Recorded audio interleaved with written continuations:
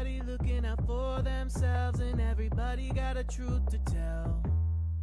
Everybody got a book they want to sell to everyone else.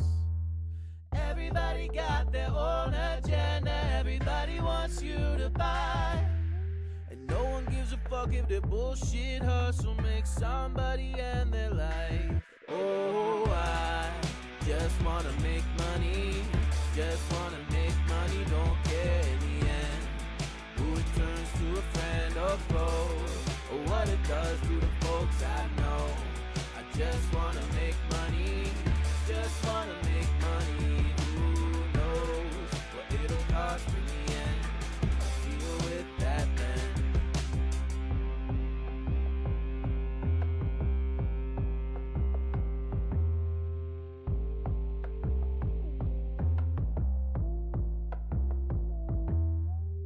Everybody thinks that they speak for everybody, thinks that they are smart. But everybody's always looking for answers, nobody knows where to start. Everybody thinks someone should save them, but nobody comes to their call. And everybody thinks that they have the fix to finally mend it all. Oh, I just wanna make money, just wanna make money, don't care in the end who it turns to a friend or foe, or what it does to the folks I know. I just wanna make money, just wanna make money. Who knows what it'll cost in the end?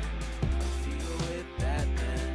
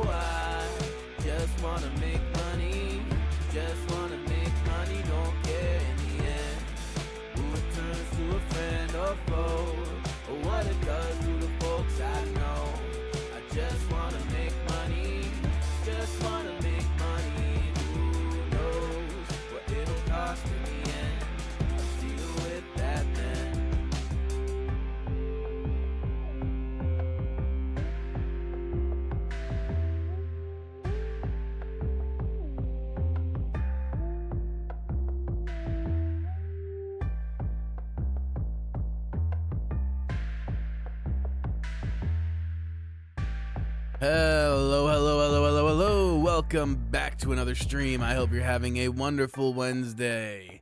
We are halfway through the week, folks, and I think we are finally, truthfully, for real fully, at the end of this Ace Attorney saga. I do have another game to play, and I plan to get the, there's another game in between these two that I want to play that's another Ace Attorney game. But in the meantime, I have a few fun little puzzle games that we're going to play after this. And then, yeah, I'm not sure when we're going to circle back to Ace Attorney, but we eventually will. I also want to play, what's it called? Disco Elysium. I want to play that soon. So, got a lot of games. Kind of in a similar vein, this whole visual novel vein. So I guess 2026 is going to be the year of the visual novel. 2025 was the year of Yakuza. 2026 is shaping up to be the year of the visual novel for me. which is cool because I've only played a handful of visual novels before, so I'm excited to get a better sense of what the genre has to offer. Anyway, let's hop into this game, shall we? Oh, I almost forgot my captions. There we go. All right, problem solved. Captions activated. I was having a rough day vocally yesterday, which is partly why I ended stream kind of early. I was gonna power through and just finish this all and then start the next thing today, but man alive, my voice was just not feeling it, you know. My throat was hurt. Anyway, it's a day ending in Y, which means the water is out in my apartment once again. We got a bathtub full of water. Anyway, oh, girlfriend is him. Love when she does.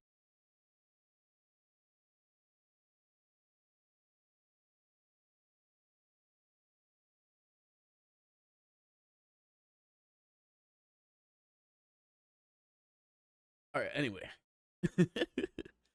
February 24th, 3:12 p.m. Wright & Co. Law Offices. This has turned out to be quite the caper. I'm really enjoying this mystery. I got stumped a few times yesterday, but the explanations I found, because I had to cheat. I confess. But the explanations I found for it made a lot of sense to me. So, yeah, I'm enjoying this one. This one is probably my favorite so far. I'm sorry for what my sister said. Drastic crimes require drastic measures. That's just the way it is. We did what we had to do in order to get the verdict that he deserved. Hold on a sec, let me test something. Boop, boop, boop, boop. Aha! I have to sign in. 1 sec on my chat.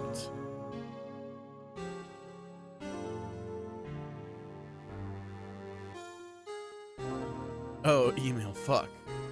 Wait, what? Oh, here we go.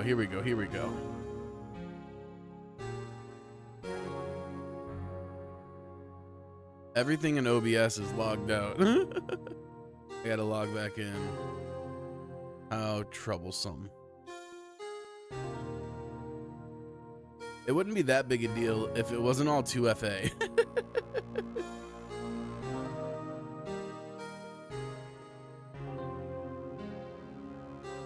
Alright, there we go. I was like, I noticed the ads were rolling and I didn't get the notification. I was like, wait a sec. Alright.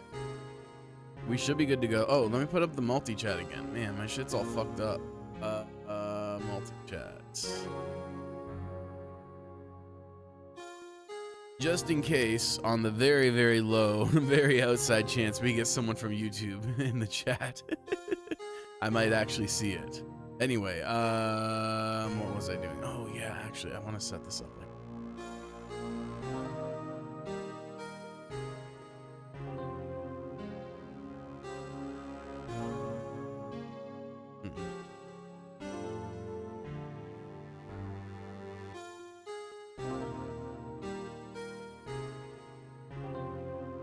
Perfect. Sorry, don't mind me. I'm just tweaking my setup a bit on OBS.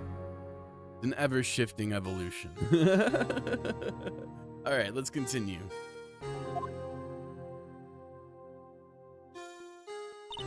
Now that I have one of these mic arms that you can adjust, I feel like I constantly feel the need to fuck with it. Anyway. I didn't know. I never knew that the SL9 incident was just another name for the Joe Dark killings. Sounds like everyone's heard about these killings but me. Lana wanted Dark convicted so badly. That's why she used me. That's why she used what happened to me. What do you mean, what happened to you? It's all there in the file. Joe Dark's last victim was Prosecutor Neil Marshall. When he murdered Officer Marshall's brother, he left behind an incriminating piece of evidence. But what did you have to do with those killings, Emma? On the night Prosecutor Neil Marshall was murdered, Joe Dark tried to kill me. What? He tried to kill you? Officer Marshall's brother, Neil, was only trying to save me. So that means you. Yes. I was a witness in the Joe Dark trial. I didn't see that one coming. Okay, so we got some stuff to talk about. It happened 2 years ago. It was right about this time of year, too. There was a terrible thunderstorm that day, unusual for the season. I was alone in my sister's office. We were planning to eat dinner together once she finished her work. Then suddenly, this terrifying man came bursting into the office. Joe Dark. It seemed like he was running from someone. He pulled out a knife and screamed at me. I didn't know what was going on. Just then, Prosecutor Marshall showed up. Jake Marshall's brother. Joe Dark tried to take me hostage, but before he could, Mr. Marshall tackled him. Then, what happened? I'll never forget it. Lightning struck, and the lights went out. Suddenly, a bolt of lightning flashed outside the window, lighting up the office for an instant. What I saw then burned a permanent picture in my mind. I can still see it now. A permanent picture? I don't remember the moment when Dark stabbed Mr. Marshall. So you weren't able to testify about that? No, I was only asked when I was attacked. That must be why she made up the crime. Made it up? You mean provided bogus evidence? The prosecutor's office wanted that guilty verdict so badly. Lana forged evidence, and Mr. Edgeworth used it. Edgeworth? Yes, but I'm sure he didn't know anything about it. He could have known. Oh, he couldn't have known. He couldn't have known he was being given false evidence. Even so, that's when it all started. The rumors about Mr. Edgeworth, I mean, is all my fault. If I could have just testified properly, none of this would have happened. So it's true. Even though he may not have known it, Edgeworth really was involved in falsifying evidence. After that case ended, Lana was never the same. She became cold, like she is today. She must not have been able to face up to what she did, especially not to Emma. What did you see in the instant that crime occurred?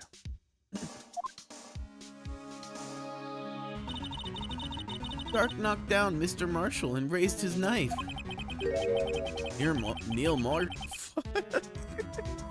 Marshall was stabbed right in front of this poor girl. I don't remember what happened after that. Apparently I passed out. When I came to, Lana was cradling me in her arms. Poor Emma. You've been through so much.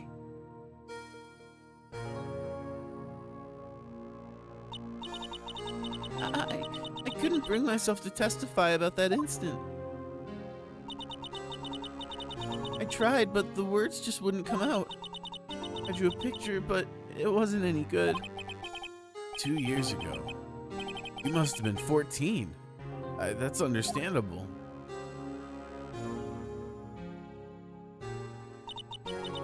Once it was all over, I made up my mind. I decided that when I grew up, I'd become a scientific investigator. I want to be able to fight crime with my testimonies and find the evidence to make an airtight case. That way, Lana would never have to forge any. I see. I think I'm finally starting to understand what makes Emma tick. But there's still something that bothers me about that crime. There's something that's puzzling me, Emma. What is it? You said you were in Lana's office at the time, right? That's right. Why then would a serial killer come running in there? Not only that, but he was being chased by a prosecutor? Oh, there's no mystery there. Joe Dark had been taken in for questioning that day. Taken in for questioning? You mean by the police? Of course. This happened at the police department. He tried to run away. He tried to run away halfway through the interview and fled into my sister's office. But why did he run all the way to your sister's office? Because the detective's offices and the questioning room are right across from the elevator. Across from the elevator? But Lana was the chief prosecutor, wasn't she? No, silly, didn't I tell you? 2 years ago, Lana was a detective. I didn't see that coming. She was the best in the entire force. What? That's news to me. After the Joe Dark case, she was transferred to the prosecutor's office and made chief prosecutor. Lana used to be a detective? I'd better have another talk with her.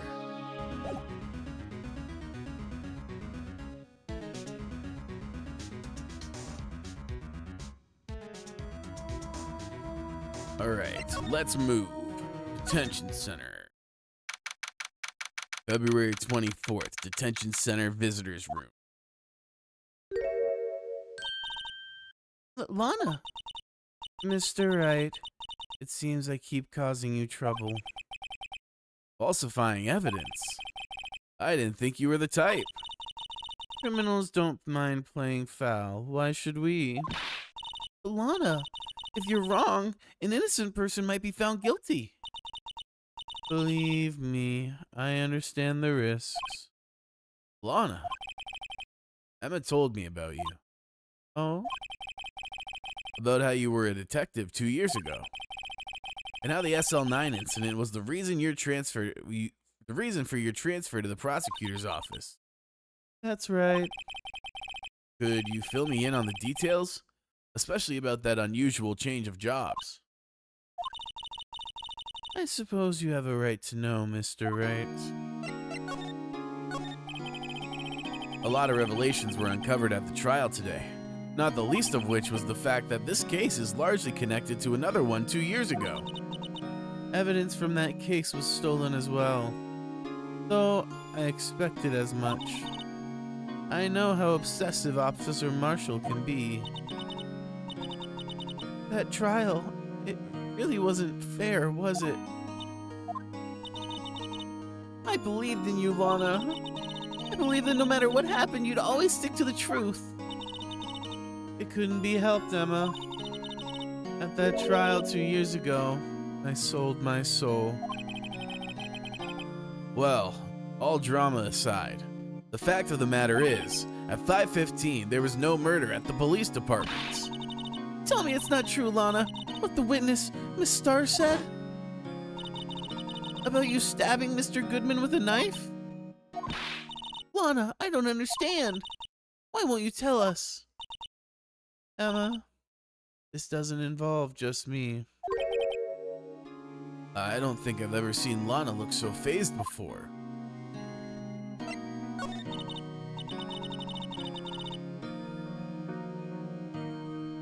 It's true. I was a member of the police force 2 years ago. She was amazing.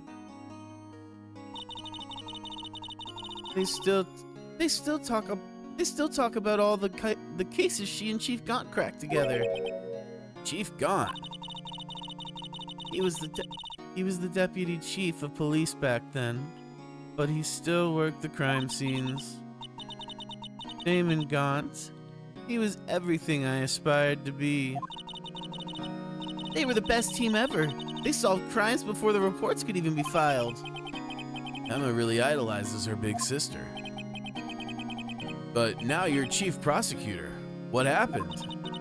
I always planned on becoming a prosecutor. The reason I became a detective was to gain experience investigating crime scenes, so you could use that experience in court, right? Gaunt's help in the SL9 case was crucial to its resolution.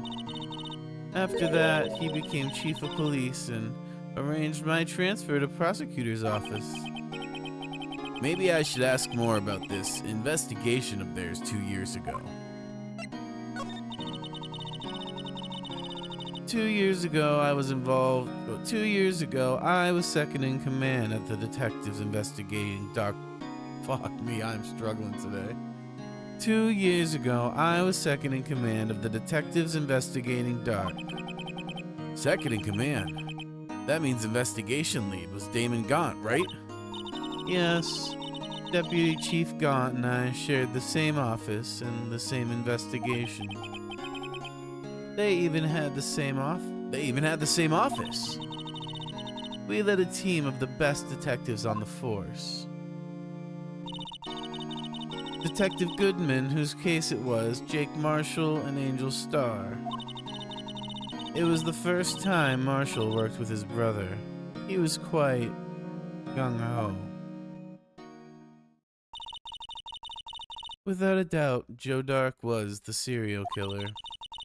We asked him to come in for questioning. We were desperate for evidence.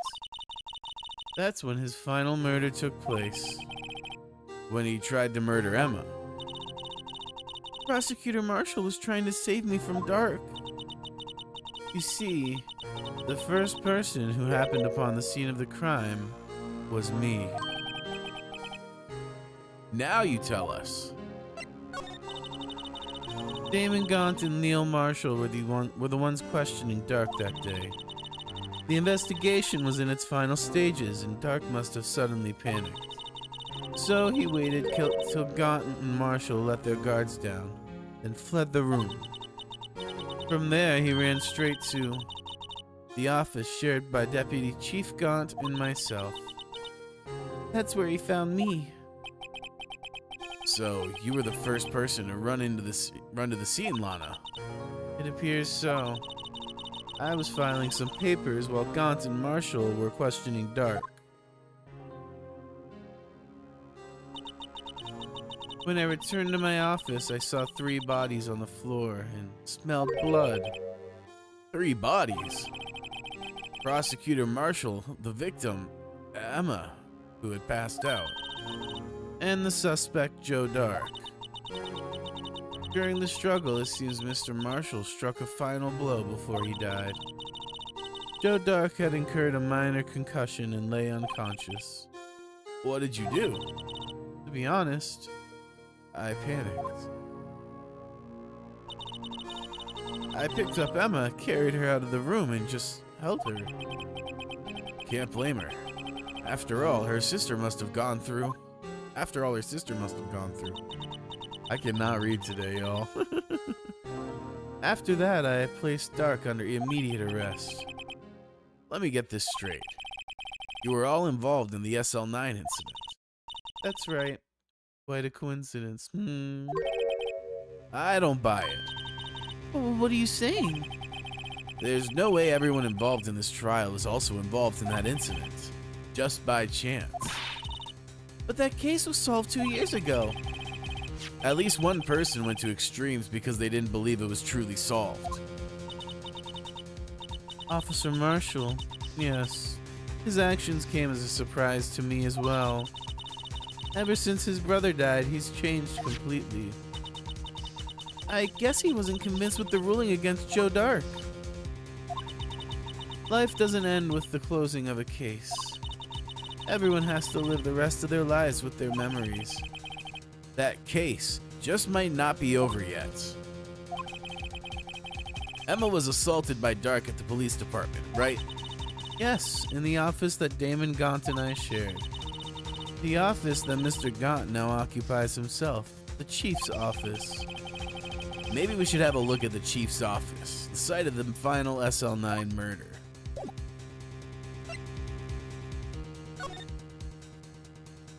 Hearing like noises. I can't tell if it's like the plumbing or whatnot. Anyway. February 24th, Police Station, Criminal Affairs Department. I don't see Detective Gumshoe anywhere. Things seem kind of quiet around here today. You're right. The chief of detectives seems the same, though. Why don't we go look for some other people to talk to? Right. We can come back here later.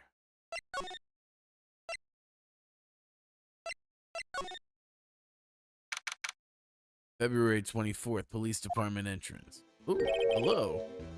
Howdy, Bambina. Oh, Mr. Marshall. I never thought things would turn out this way when I woke up this morning. Que Sarah. You never know where life will lead you, eh, Bambina? I should have known my luck had run out when old Billy dried up this morning. Billy? Must be his pet cactus. Say, where are you headed? Just over to the prosecutor's office for a little interrogation. It's a voluntary appearance, but we all know I won't be coming back. Sorry, but you can't go in the evidence room today, partner. But, Mr. Marshall, why did you do it? Why do prospectors head west? If ever there was a case I needed to know the truth about, it was that one.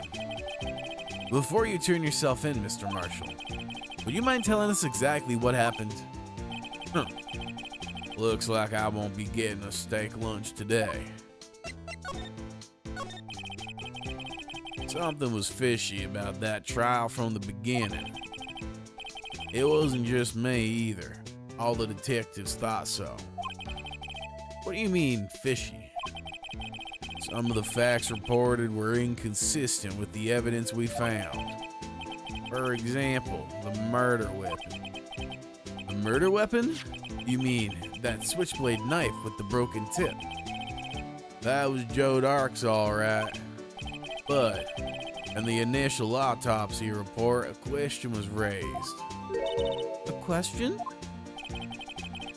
The blade of the knife was not a perfect match with the wound. The blade of the knife was not a perfect match with the wound the victim sustained. What does that mean? It means there's a good chance that knife was not the murder weapon. However, in the report that was finally submitted, that possibility had been erased. Could the facts have been concealed with forged evidence? That case left behind scars on all of us. The scars that the SL9 incident left behind. I got the looks, but he got the brains. He was one of the best prosecutors around. I had just made detective when it went down. It was our first case together. How old was he? Your brother? He was 27 at the time. He was awarded the highest honor that very day. The highest honor? You mean the king of prosecutors? I knew it. What are you looking at me like that for? It's an honor for a prosecutor. Mr. Marshall must have been really close with his brother. The day the SL9 incident took place, that wasn't the same day as... That's right. It was the day of the evidence transfer. Interesting. It was drizzling that morning, and by nightfall there was thunder. I can't believe 2 years have gone by already. I tried to steal the evidence so the case wouldn't die. Apparently someone tried to stop you. Detective Goodman was murdered, and the evidence locker was empty. There was something going on behind the scenes in that case. We all knew that later. Every detective involved in that investigation, save one, was taken care of.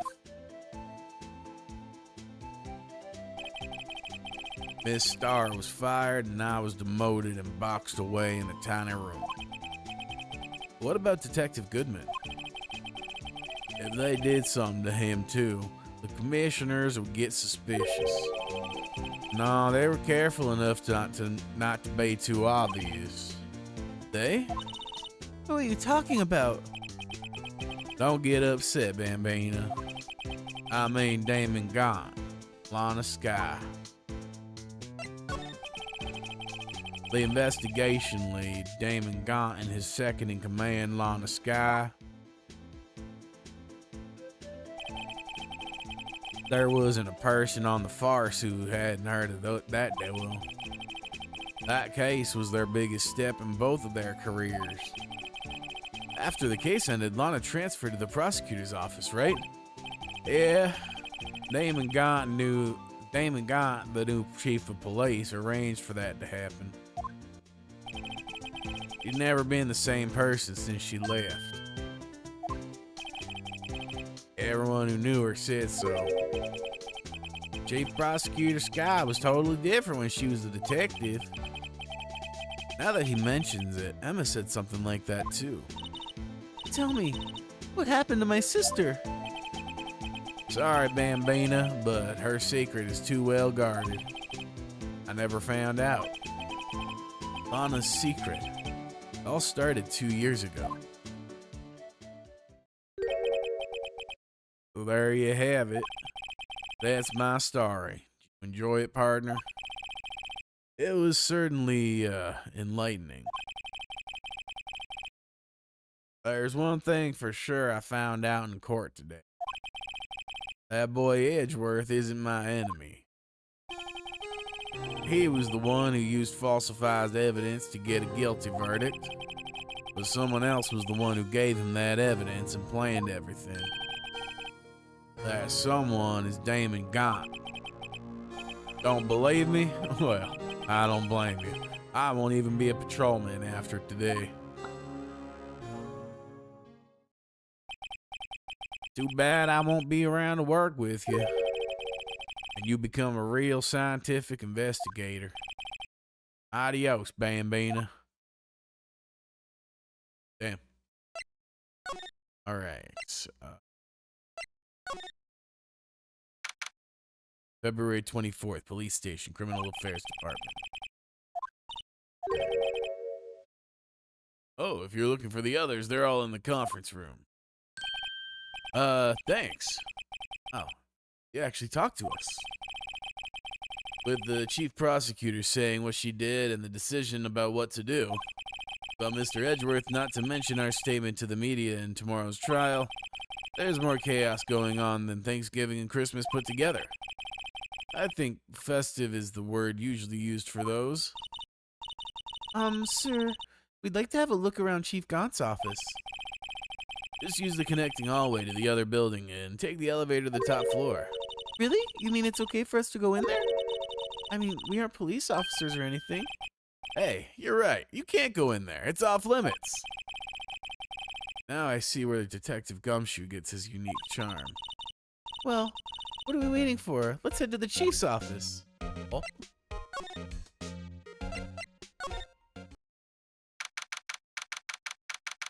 February 24th, Police Department Chief's Office. Interesting. Whoa, where am I? In the chief's office, silly. At least that's what it said on the door. Check out that pipe organ. It's real, isn't it? Hey, I used to take organ lessons in kindergarten. They used to call me Little Miss Bach. I thought I was a genius until they tried teaching me notes. Well, goddamn. I never could remember where C was. Oh, it's you two. Chief Gaunt.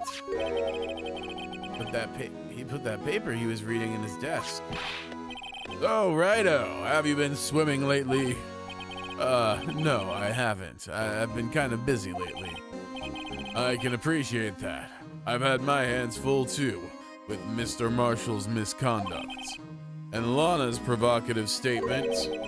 Provocative statement? Oh, you mean about the forged evidence?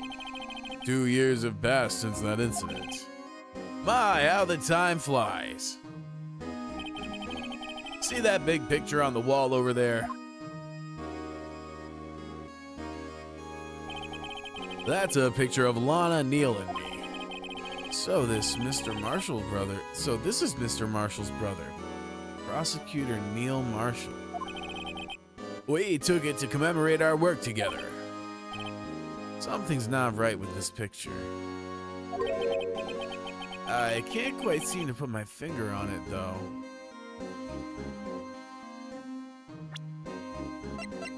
Oh, what happened to the sword?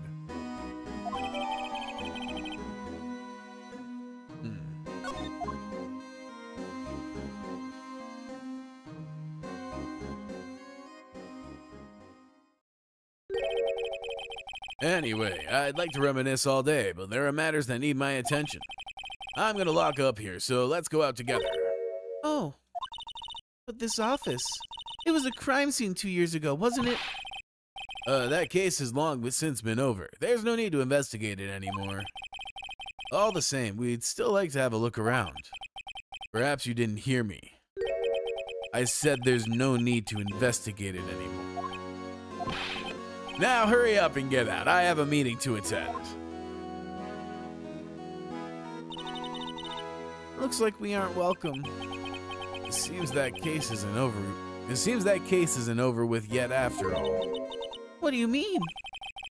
Chief Gaunt denied our request to search the crime scene.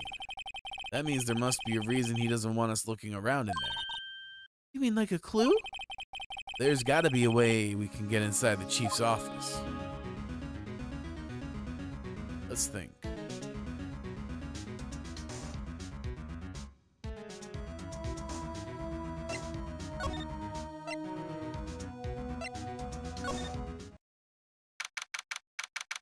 February 24th, Police Station, Criminal Affairs Department. Aha. Hey, pal.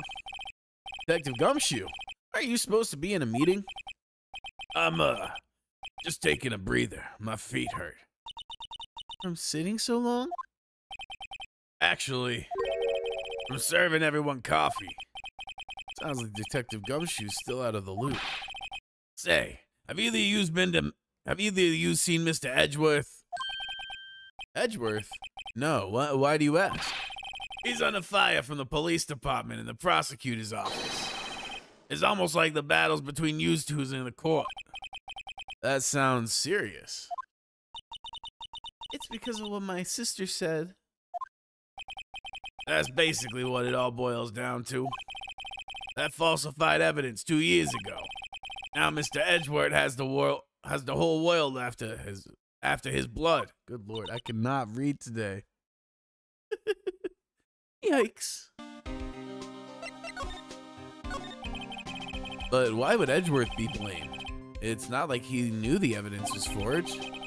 Lana Skye is the guilty party here, isn't she? Regardless, the prosecutor's responsible for the evidence they present in court. Not only is that, but as you know, there's been a lot of rumors going around about Mr. Edgeworth. His amazing talent as prosecutor has kept him safe from those who don't like him. But now with this... Are there really so many people who hate him? In our world, there's only those with talent. In our world, only those with talent rise to the top. Mr. Edgeworth not only has that, but he's young. There's no better recipe I know of for making enemies. Hey, Dick, keep up the good work. Yes, sir.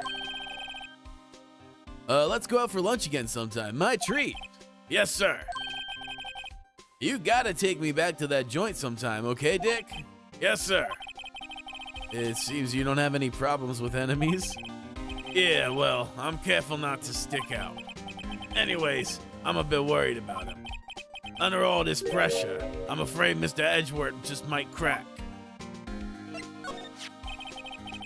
Actually, I took a look at the file earlier while the coffee was brewing. It seems genuinely concerned for Edgeworth. Well, what did you find? Did you find anything? The only evidence Doc left behind was during his final attack. His final attack? You mean? When he killed Prosecutor Marshall, who was trying to protect some Goyle. Me. It seems Detective Gumshoe never realized Emma was the girl.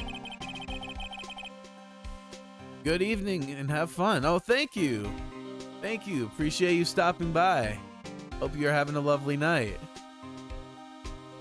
That's when he left the most incriminating evidence of all. Well, what was it? Oh, let's see. I think it had something to do with the murder weapon. Oh, I forget. Look, it's all written somewhere in there, okay? His power of recollection never fails to impress. Maybe we should show him the murder weapon. It might jog his memory. Good guess. Let's see, let's do this first. Joe Doc was 42 at the time of the crime. He was just your run-of-the-mill businessman. A businessman? What made him take to serial killing? One day on his way from home, Good Lord, I am really struggling today. one day on his way from work, he hit someone with his car. With his car? So, it was an accident. An accident, yes, but it transformed him into an animal. An animal?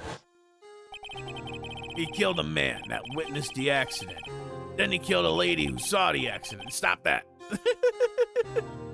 Goddamn, it runs away on me sometimes. A jogger came upon the scene and was killed as well. Finally, he turned himself in. Seems he was pretty careless. He was a pretty careless animal. Of course, this is all conjecture. There wasn't a single shred of evidence. So he turned himself in. Yes, but in the middle of his questioning, he fled and murdered his final victim. Prosecutor Marshall. That crime was witnessed by someone too, but luckily, Dark was arrested on the spot. Good thing that witness wasn't killed. That last witness, aka Emma.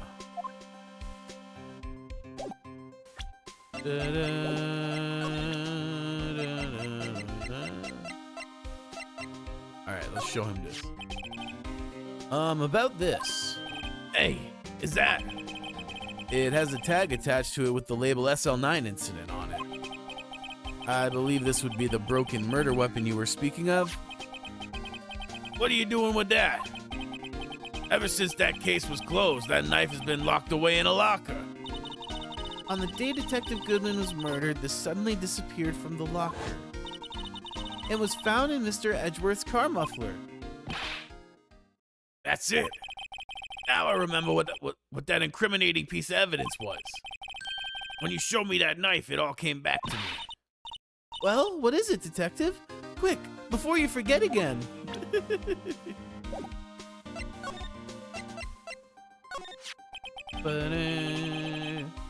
This knife, it was Joe Dark's, wasn't it?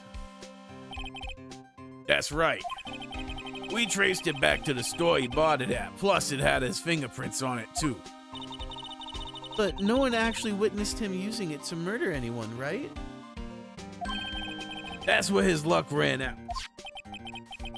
When you take a good look at the knife, you'll see it's broken. You don't have to take a good look to notice that. Yeah, well, anyways. Take a guess where the broken tip of the knife was found. The humor in the series is hilarious. I love it. Me too, me too. The series has definitely cracked me up a bunch. Where was it?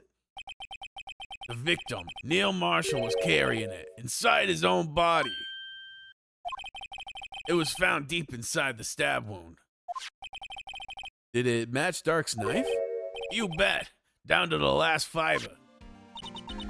That's pretty conclusive. Okay.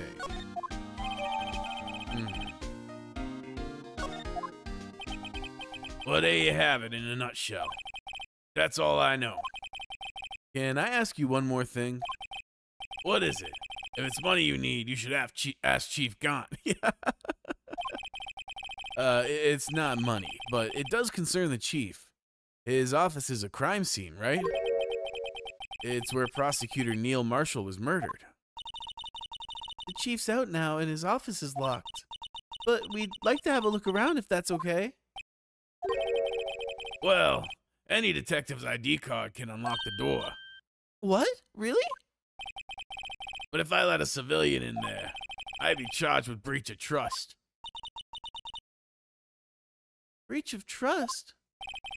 Simply put, I'd be canned. Oh. Sorry, pal. I don't plan on getting fired because of you. How about this ID card? It was Detective Goodman's. That won't work either. The data was deleted the day he died. Damn. That's kind of what I was thinking. Oh, So in other words, Gumshoe is our only chance of getting into that office. I wonder if there's something we could show him that would make him change his mind. Great question. Let's see. We're gonna convince him to let us in because we're huge Blue Badger fans. No.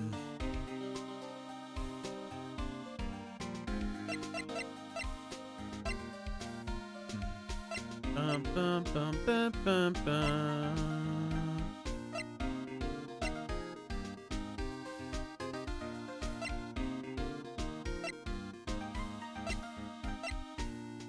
Maybe this? Oh shit!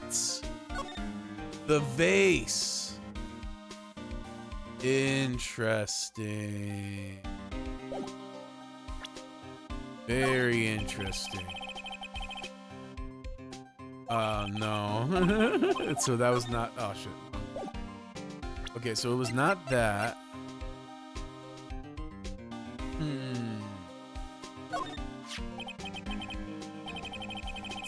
Okay, here we go. About that jar. I think I've seen it before somewhere. Somewhere? Or maybe it's one of those memories people have from previous lives. This must be the most uninformed detective I've ever met. Something about it makes me feel uneasy. It's like I'm in the chief's office and he's yelling at me. Chief gone? Where could I have seen that before? Now we show him this. Damn it. Okay, so he recognized that.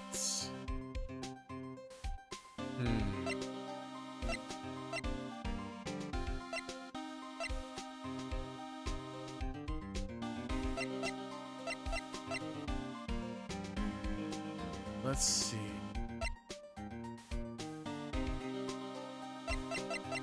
Okay.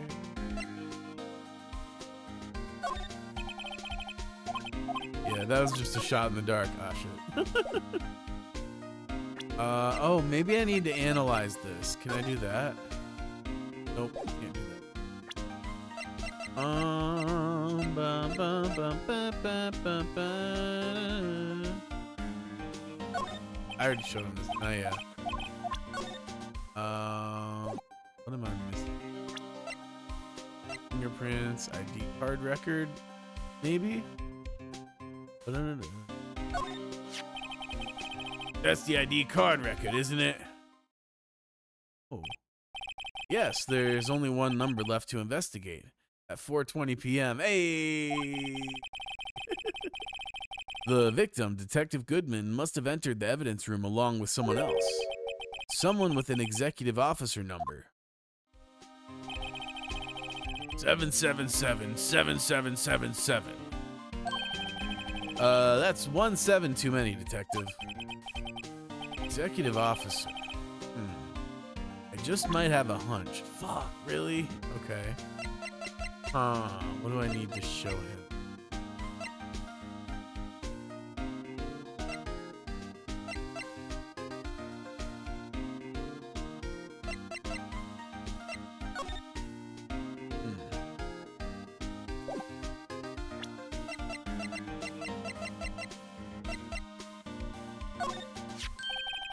Hey, that's it. That's the King of Prosecutors Awards that Mr. Edgeworth got the other day. Were you at the award ceremony with Detective Gumshoe? Of course, pal. I got an award for diligence myself. Ah, congratulations. I was wondering, why is the award a shield? And why is it broken? Oh, there's a reason. I'll tell you what it is later. Apparently he's forgotten. Shit.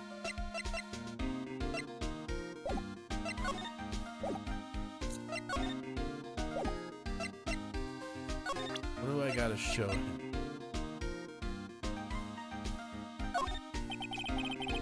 Okay, he's not gonna comment on that.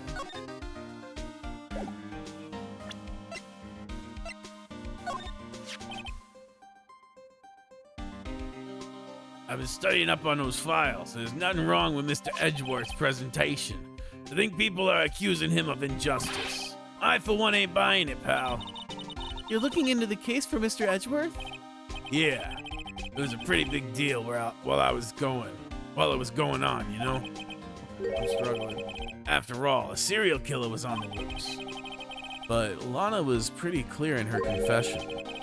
She forged evidence in order to prove Joe Dart guilty. Okay, so that was not it. God damn. I'm just gonna present everything to him at this point. Alright, so that's not it. You know Officer Marshall? Of course I do. He was like a mentor to me. When I first started out, he even gave me a small cactus. Really? He said, Dick, she'll listen to all your troubles. Note to self, Detective Gumshoe talks to a cactus. Hard to believe he's just a patrolman now. Someone ought to trade places with him. What are you looking at me like that?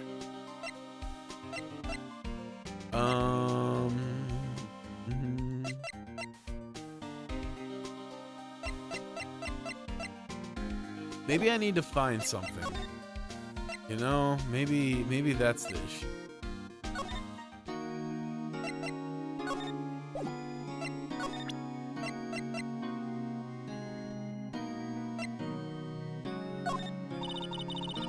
Attorneys and prosecutors have no business showing evidence outside of court. It's taboo, especially when the interests of both parties are involved. She really means it. Anna. Okay, so we're not gonna get anything out of her.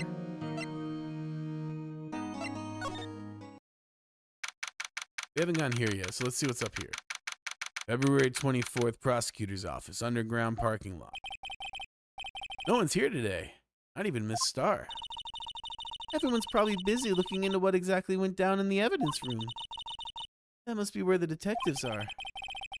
But we proved in court today that on the day of the crime, no one was murdered in the evidence room at 5:15 p.m. Yeah, I thought we were finally making some headway on our case.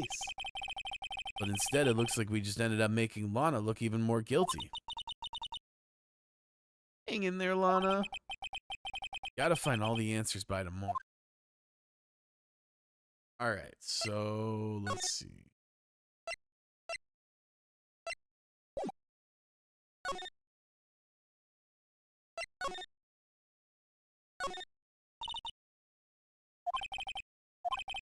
Alright.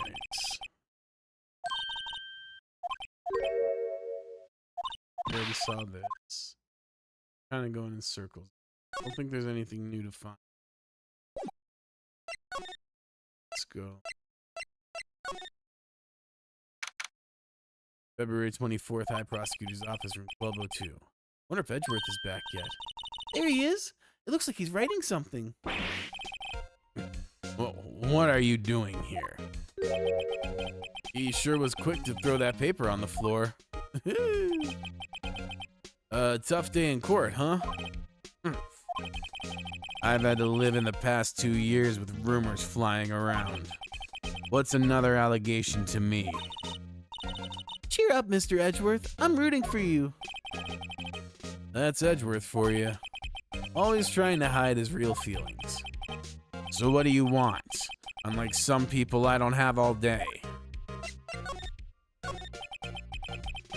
There's no excuse for what I've done.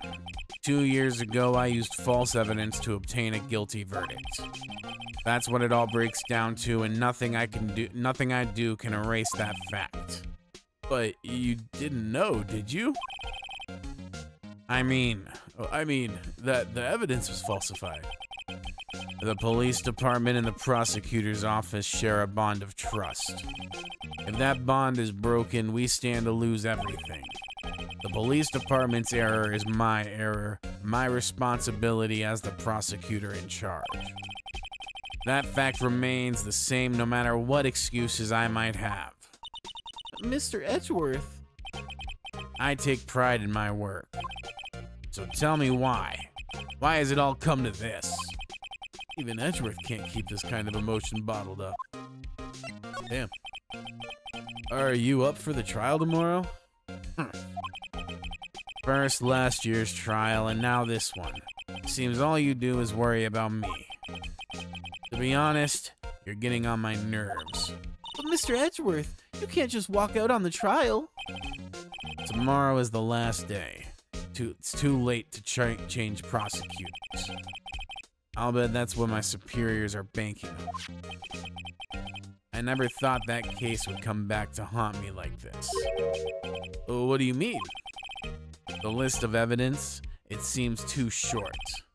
Most lists run twice as long. It's only half as long as most lists? That is odd.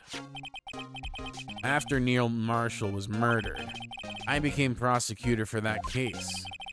I may not have been part of the investigation, but I knew what I had to do.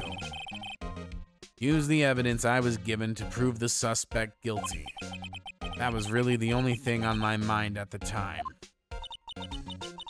Say, we just saw a picture taken around that time. That picture, something seems strange about it.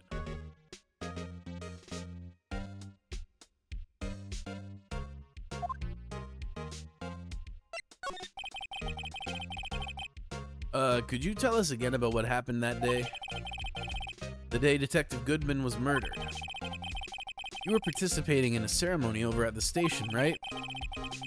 I've never cared for ceremonies, but I had to attend that one. Excuse me. Because you were awarded this. Those receiving awards can't exactly skip out on the ceremony. I finished up at the office in the morning, then drove over to the police department. You finished up at the office? Yes, just odds and ends, clerical stuff. I didn't plan on returning to the office that day. That is, until I was asked to take something back. Take something back? This. Oh yeah, Chief Gaunt asked you to hold on to that, didn't he? Yes, it was a piece of evidence in a case that was closed half a year ago. He asked me to bring it back to the prosecutor's office. That's the story we heard yesterday. So, you came back here to the prosecutor's office because the chief asked you to. That's right. Interesting how he keeps popping up as a common thread in all of it. This picture is hanging on the wall in Chief Gaunt's office. Prosecutor Neil Marshall. He had just started making a name for himself. Looks like this was taken when he received the King of Prosecutors trophy. Speaking of that, there's something that bothers me. Yes? The trophy Mr. Marshall is holding. It's a little different than yours. Yes, you're right. I remember now. Remember what? That was what the official prosecutor's trophy looked like until 2 years ago. There's a story behind its design. A story?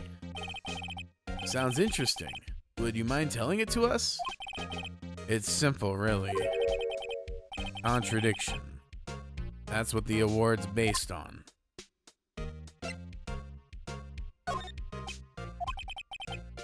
Right, please. I'm the prosecutor on this case. Okay.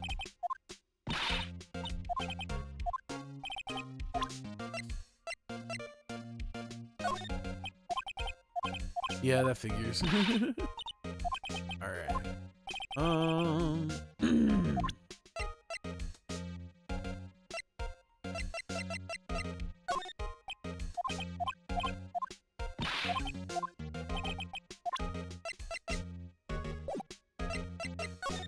Oh, there we go.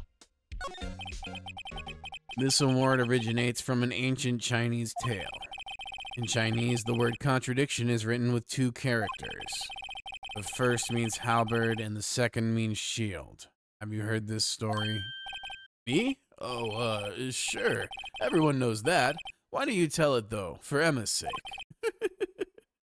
Very well.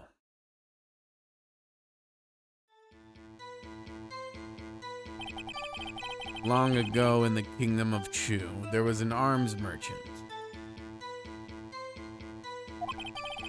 One day, he presented the king with two items. The first was a halberd, claimed he could slice through any shield or armor. The second was a shield he claimed could withstand any weapon. Wait a minute. Those claims contradict each other. Very perceptive. But then again, you've heard this story before, right? Anyway, as you've mentioned, the very descriptions of these items discredit them both. When the king pointed this out, the merchant was left speechless, and thus the Chinese word for contradiction was born.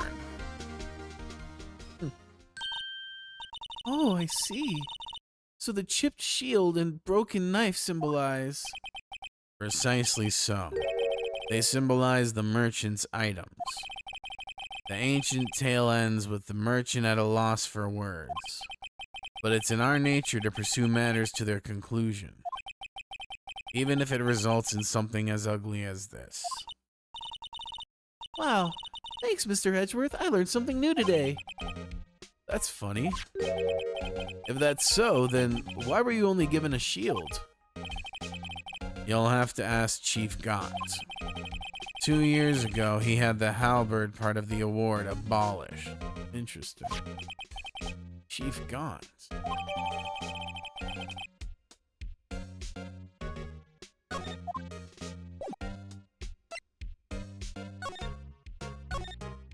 Alright, I think that's the piece of evidence that I need. Excuse me. Oh, it's her. Would either of you care for a quarter pound of roast beef? Yes, I would.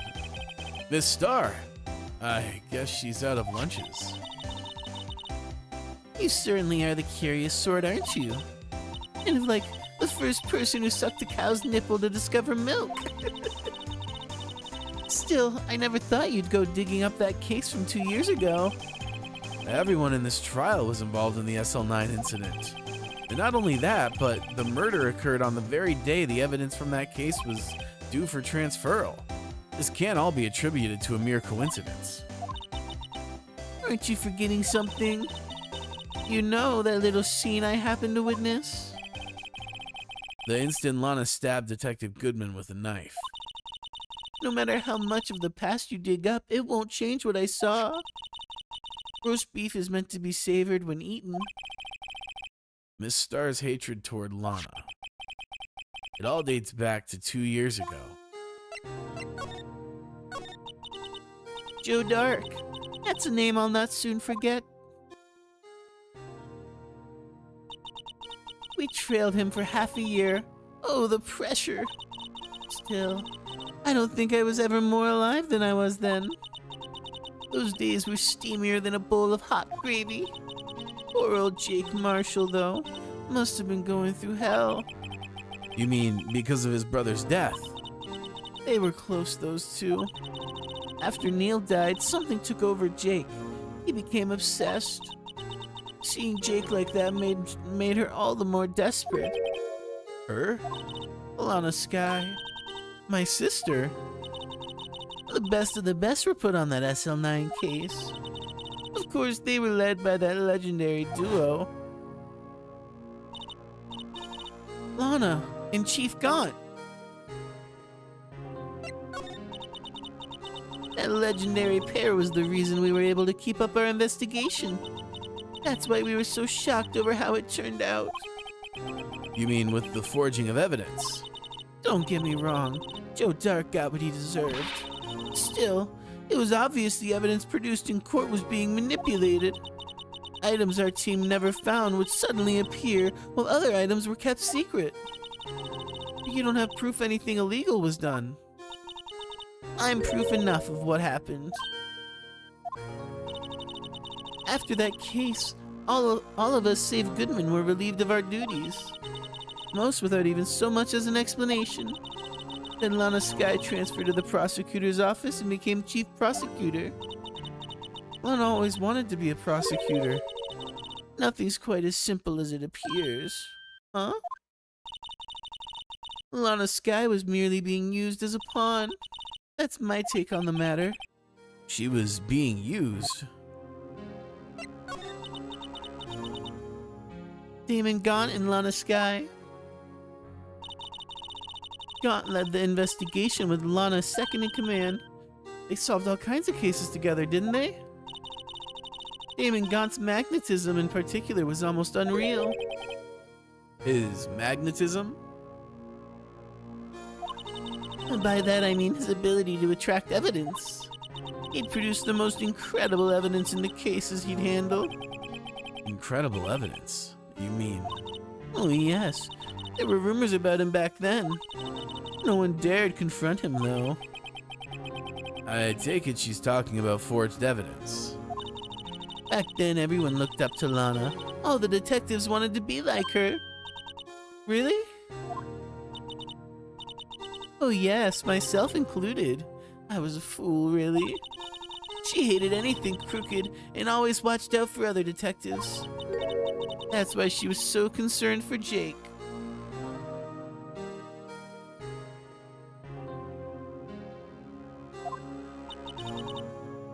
Mr. Marshall. When Jake's brother was murdered, she felt as if she had lost her own brother. If it wasn't enough for her, I don't think Jake would have ever recovered from his shock. That's what makes it all the more infuriating. Here comes an ad break, and then we're free for an hour. I appreciate y'all hanging tight through it. Twitch gonna do its thing, but I try to keep it minimal, you know? Anyway, here come those ads. Miss Star. That's why I'll never be able to forgive her. Why did she have to turn so cold after that?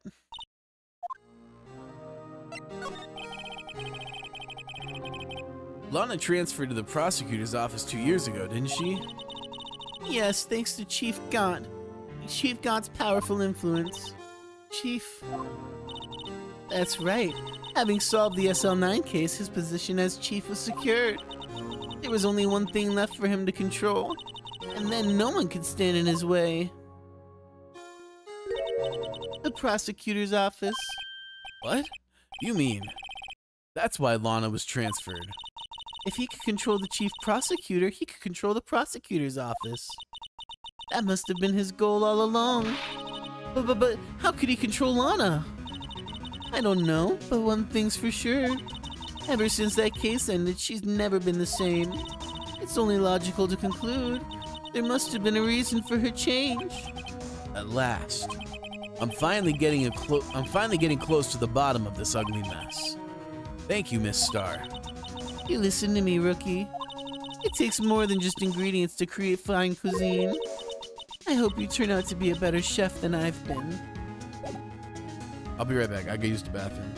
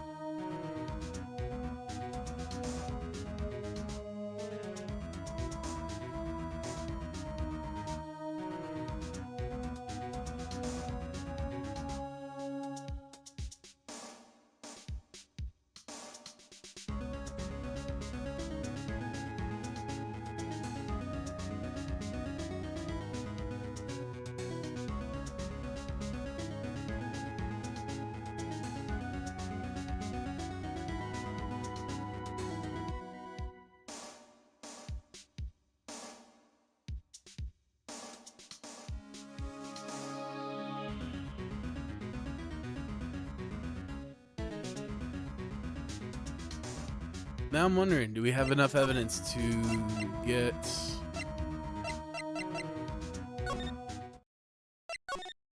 Gumshoe to let us in? Let's see. Oh, February 24th, police station, criminal affairs department. Oh, you're back. You're still here. I gotta make 150 copies of these files. Brewing coffee, copying files. I'm turning into a regular DJ. You're a DJ as well? If I'm not mistaken, I think he means desk jockey. Oh, that DJ. I gotta admire your persistency, but my answer's still no. I'm not letting yous into the chief's office, period. It'd be my neck on the line. That office is the last crime scene of the SL9 incident. I have to take a look in there. There's gotta be something we can do to make the detective change his mind.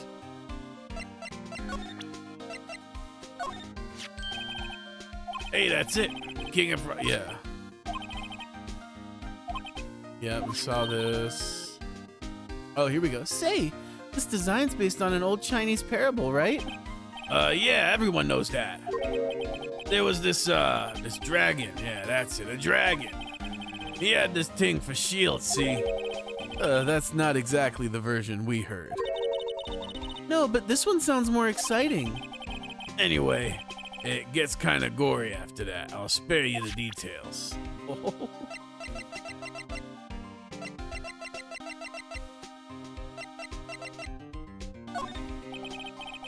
Alright, that's not the answer.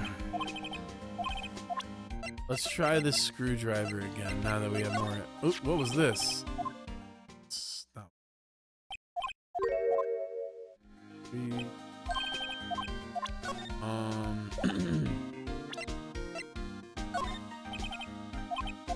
Damn, what the hell?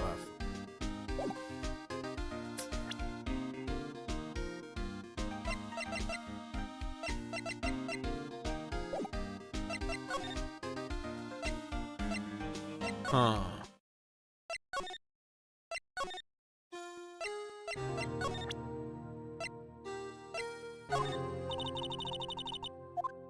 Okay.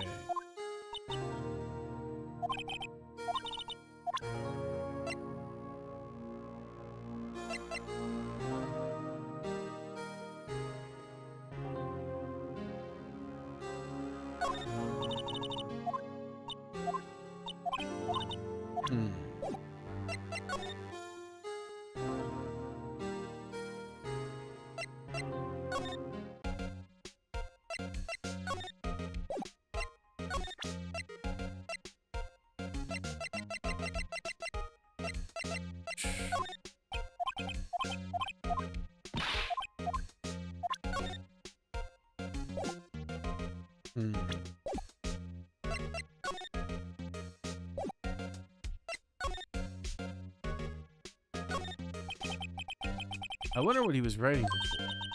Oh, Mr. Wright, let's take a look. Are you crazy? Edgeworth is sitting right there. Just distract him. I'll check it out.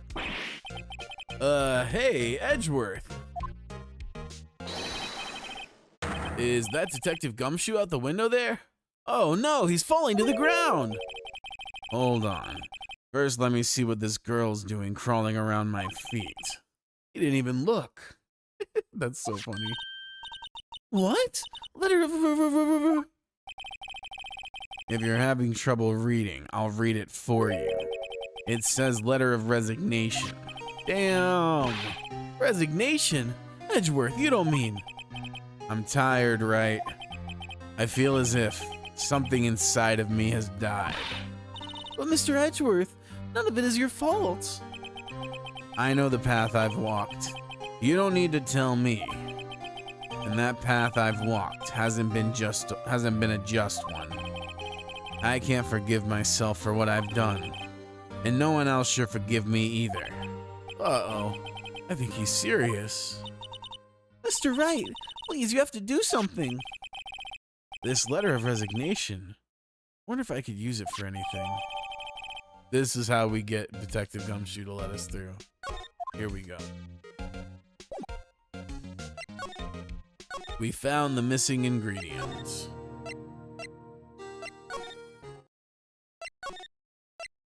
criminal affair. What's this crumpled up piece of paper? No way! Mr. Edgeworth can't be serious. Is he ever not serious? I can't believe they pushed him this far. Mr. Edgeworth really feels responsible. When I first met him, I thought he was as cold as ice too. But I know different now. He trusted us detectives to provide him with sound evidence.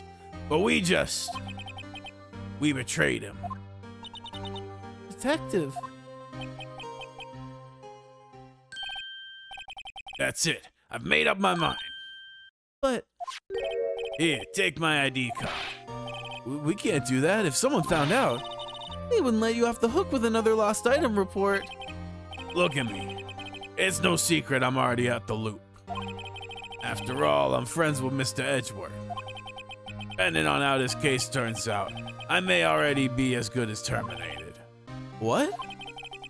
So at least let me do this, for Mr. Edgeworth's sake. All right, Detective. Thank you. Aw, what a good guy. We love Gumshoe. All right. The time has come.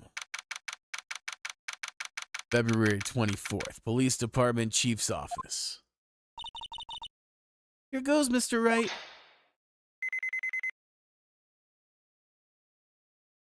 I'm in. This is a wild office. Holy. We're in. If anyone finds us now, Detective Gumshoe's a goner. If that happens, I'm counting on you to bail me out. Ah!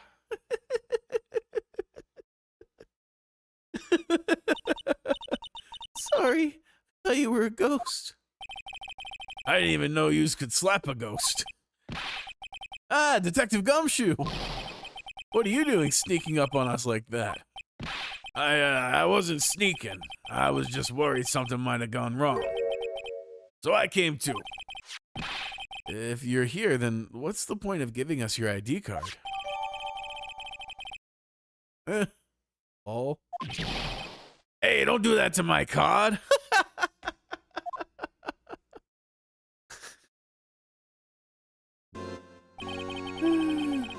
I hardly ever get a chance to come in here, so I figured I'd have a look around myself. Besides, we're all in this together now. You really do want to get fired, don't you?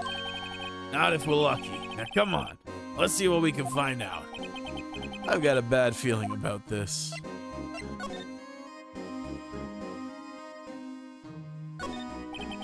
This is a safe, isn't it? Safe. That word is ripe with intrigue. Okay, if you say so. It looks like a code needs to be entered in this panel to open it.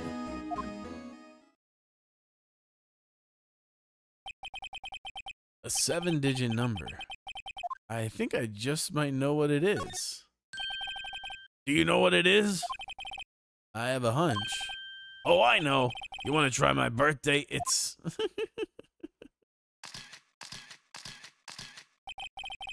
I have a better idea. Here goes nothing. Okay.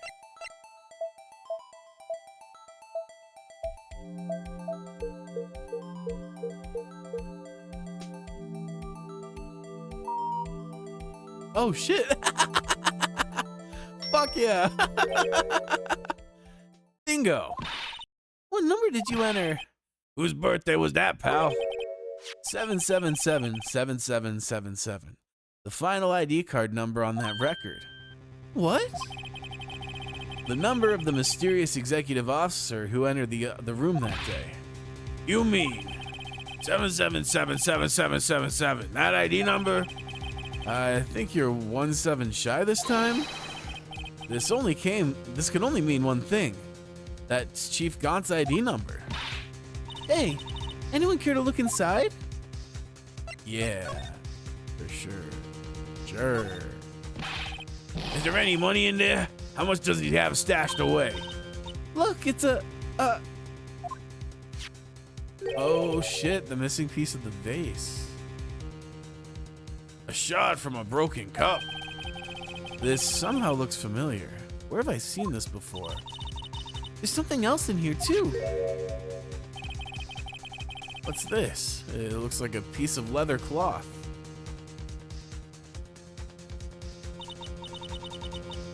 This is a handprint, isn't it? Hey, I saw someone wearing a shirt like that once. You think the chief made up this design? I don't think so. Oh, well, it was just a thought. Is that it? This is all that was in the safe? Apparently so. It's empty now. A piece of cloth with a handprint on it, and a broken shard from a cup. They look like pieces of evidence. Yeah, but unless you can prove they have something to do with the case, I'm afraid I can't just let you take them. Hello, Lesbian Master. Happy to see you. Hope you're having a wonderful Wednesday.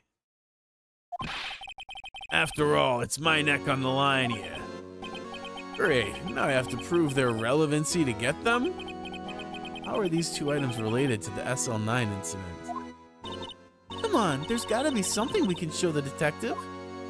Okay, well, one of these is easy. I don't know about the other one, but this is... Detective Gumshoe, could you have another look at this jar? I remember when the three of us put that back together. Ah, those were the days.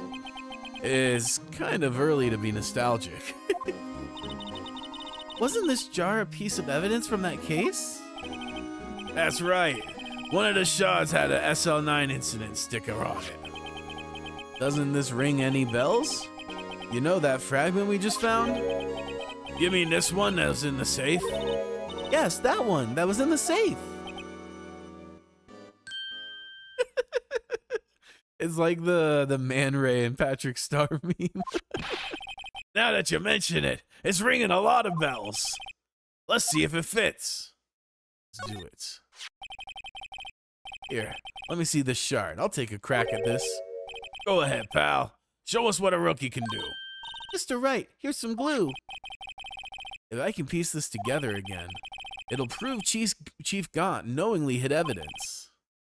Here goes. I mean, I think that's it. It's already in position. All right, there. It fits like a charm. That, of course, means Chief Gaunt willingly and knowingly hid a piece of evidence in his safe. In other words, he concealed a piece of evidence from the SL9 incident. But... Hey guys, get a load of this. What is it? This piece you just attached. It's different from the others.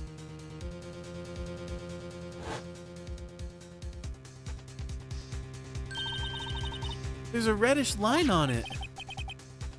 Reddish line. That's blood. I don't get it. Why would Chief Gaunt hide this in his safe?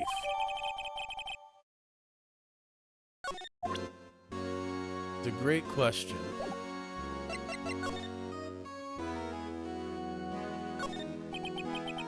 This is the real deal, isn't it? This armor and these weapons. Sure is, pal. The chief doesn't care for imitations. First the pipe organ, now this armor. You know how many taxpayer dollars must have gone into this room? What? You mean we're paying for this? That's it. I'm not paying 1 cent of my taxes. Based, Emma. Based. You don't have any taxes to pay. Shh. Be careful what you say. Who knows? Chief may be hiding in this armor as we speak. I don't think he'd fit in there. Even if he did, he'd never be able to get back out. Cut it out. You guys don't know how scary that guy can be.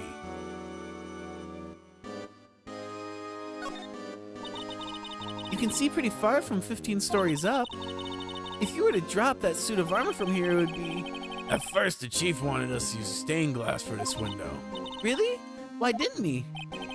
They say that he changed his mind because he wouldn't be able to see the view. Oh.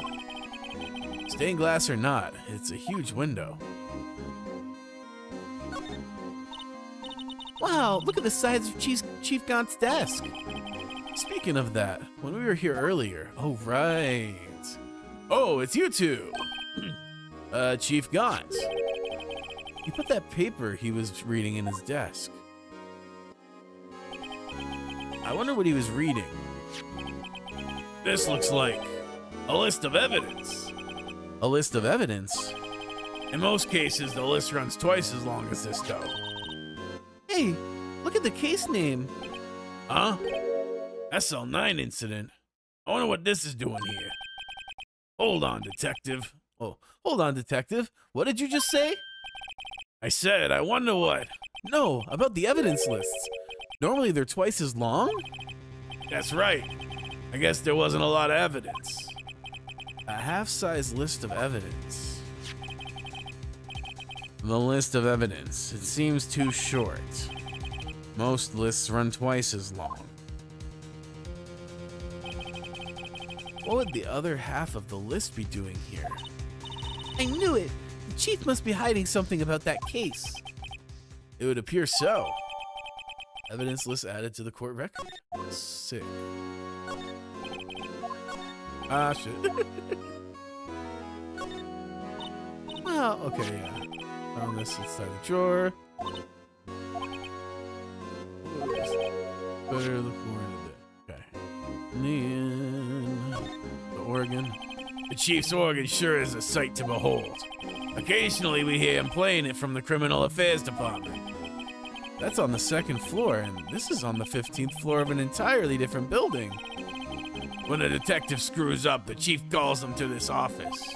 It makes them listen to the organ for hours. What's so bad about that? Music soothes the soul. After that, the detective can't hear anything for days except the ringing in their ears. Yeah, organs are loud as shit. So it's an instrument of punishment, literally. But aren't the chief's ears affected? He never listens to anyone anyway. That's besides the point. Interesting. So mayhaps the chief is hard of hearing. This was Lana's desk. Sure is tidy. Lana's always been a meticulous cleaner. There's not even any dust on it. Looks like someone's still keeping it clean. Does Lana ever come back here? No. Chief Gaunt must still keep it clean in memory of their partnership. They were the stuff legends are made of. Does he keep it in memory of her or in memory of the crime?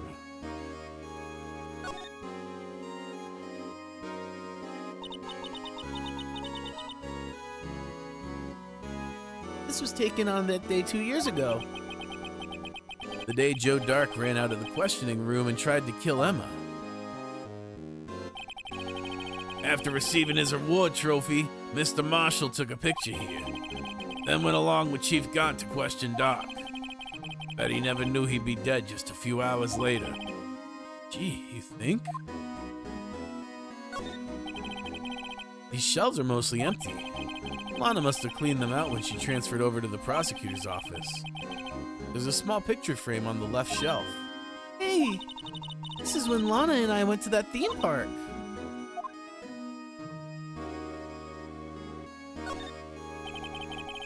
Look at that giant window.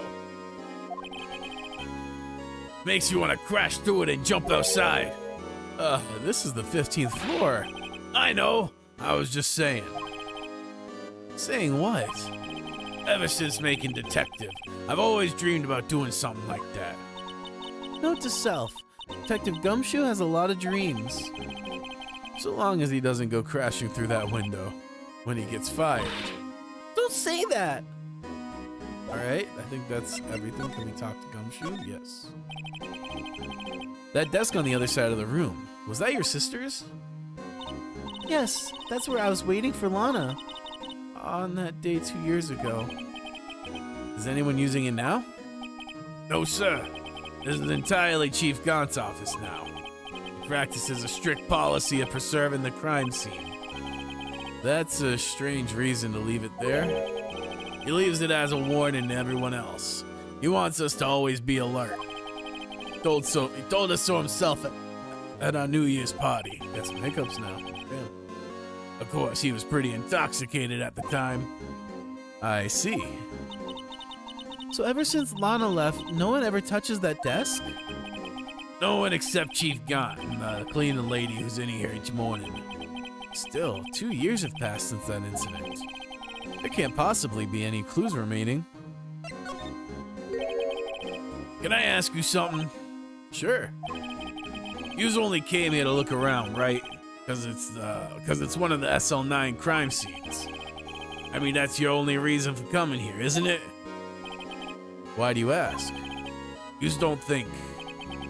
Nah, you wouldn't be. Nah. No, there's no way. Never mind. Don't worry about it. Okay, now then, let's look around a bit more. Hey, hold on. Not so fast, buddy. Huh? What is it? When someone tells you don't worry about it, it's supposed to stop bothering you, pal. You don't just let it go at that. So sorry. This guy's starting to get on my nerves. Okay, so what's bothering you? Yous two don't think Chief Gaunt might be a suspect, do yous? What? He's right, Mr. Wright. What do we think of him? I've been suspicious of him for a long time. Chief Gaunt. So it's finally come to this. What do I think of him? Perhaps it's best I don't divulge my feelings. Yet. There yous goes ignoring me again. Alright. Oh, we can't actually read it? Wait, can I check it? Can. Well, what the hell is this?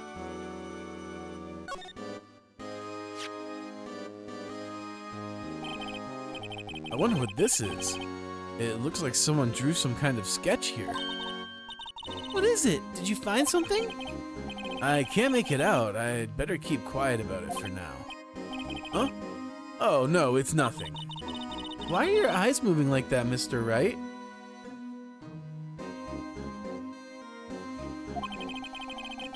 I'd better not forget about this picture.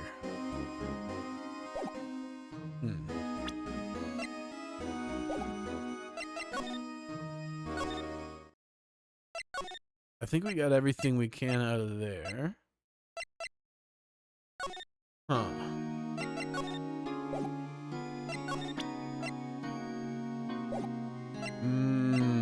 Maybe Edgeworth and present the item list. Let's see here.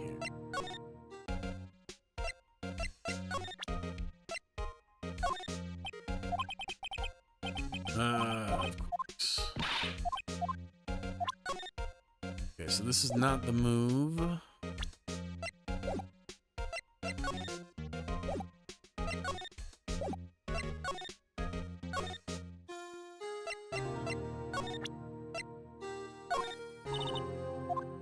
Okay, so she got nothing to say. Oops.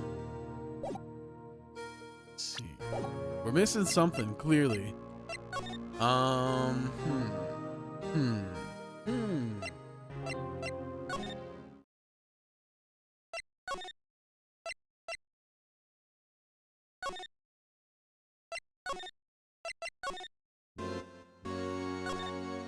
All right.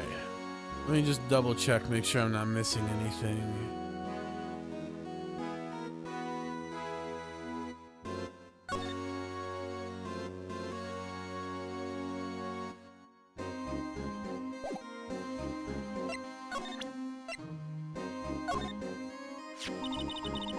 That's what the chief was reading before, isn't it? You know when we first came in here? Yeah, it looks like the right side of the form's been torn off. The Mr. Edgeworth list really was only half the whole thing. Something else is bugging me more than that. Take a look at the back of that form, pal. Back? Yeah.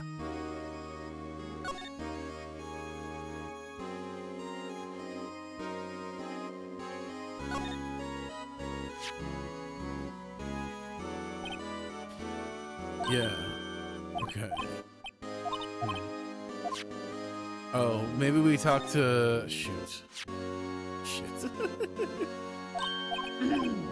Sometimes it's confusing when I have to switch to, I think it's a dialogue option. Let me exit out of here. No.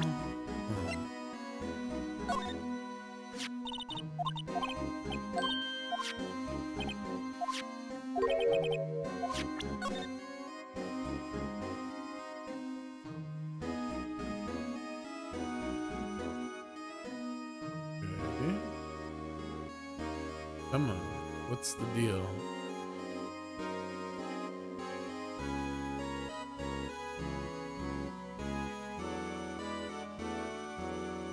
Oh shit, it's the weapon, and the weapon is the shield.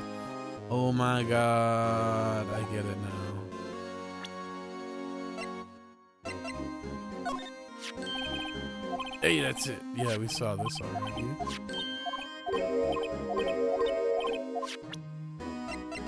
What about this?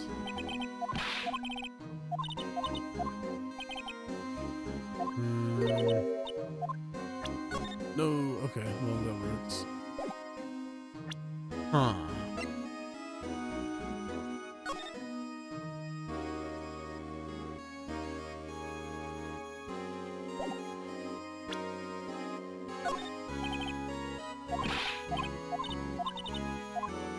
Okay. Huh.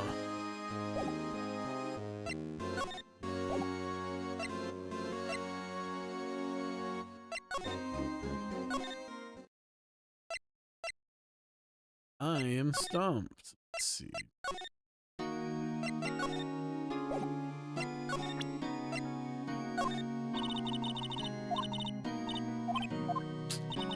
Okay.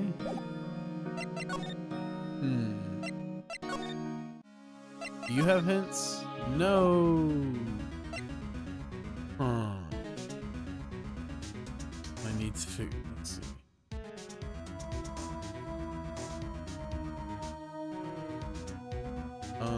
Fuck. I keep forgetting what this one's called. Rise from the end.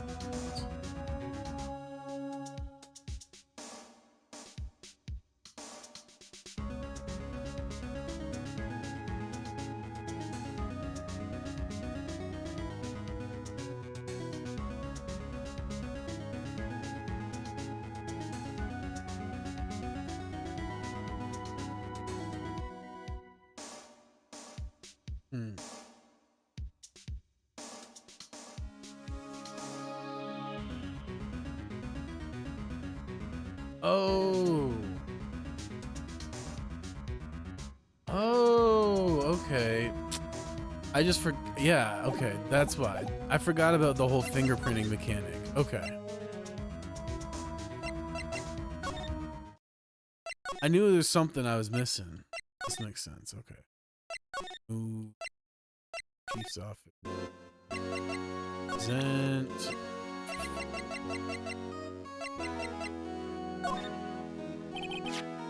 Detective Gumshoe, I'd like you to have a look at this. Hey, I know what that is. So you want to take some fingerprints? That's a great idea, Detective. All right, go to town. Sheesh. What are you doing? Why are you sticking your hand out like that? Go ahead, take my fingerprint. It's not your fingerprints we want to take. Huh? Come on, this isn't the time for jokes. We're talking about that cloth we found in the safe. Oh, yeah, I knew that. The one with the handprint on it, right? Sheesh, where's your sense of humor? Okay, Mr. Wright, let's check for prints. Sprinkle the powder on the cloth. Then once they've absorbed into the prints, blow the rest away. Yep. What are you, my mom? I don't have to be told a million times. All right, let's get this over with. Let's see.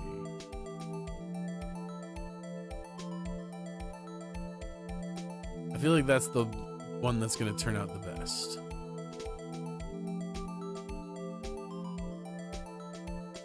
Whoa. All right.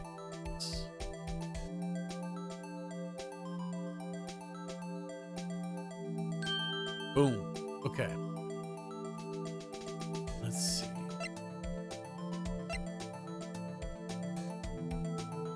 Interesting.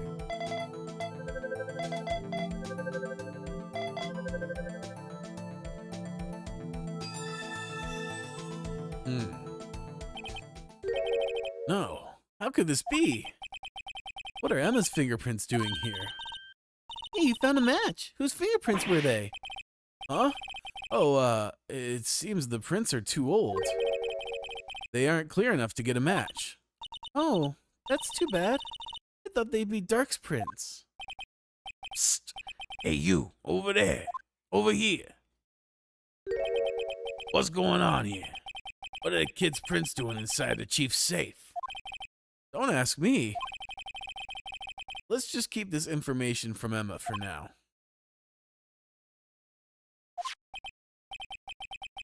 Here, maybe you should hold on to this. Oh, damn, I just shook everything. Sorry about that. Piece of cloth, folded and added to courtroom. Okay. Well, was I any help? Of course. Thanks to your ID card, we were able to get some hard evidence. No, that's not very... Well, now that's not very kind, is it? In other words, if it wasn't for his ID card, he would have been useless. Isn't that right, you in the coat? Your chief gone. We didn't think you'd be back so soon. Fortunately, I'm a man who believes in signs. As I was walking to my meeting, I happened to look out a window and saw a stray dog run right into a pole. Just then I thought of a certain detective. Do you mean me, sir? Now then, I'm afraid I'm going to have to ask you all to leave. Yes, sir. Sorry. Oh, you in the coats. Yeah, me, sir? Drop off your ID card on the way out. You won't be needing it anymore. But, sir... Now get out. Yes, sir. Damn. We'll be on our way too then. Wait. You, the one without the spiky hair. Don't go yet. But me, sir? I'd like a word with you. But sir, I'm not a licensed scientific investigator yet. You with the spiky hair, you're free to go. But Mr. Wright?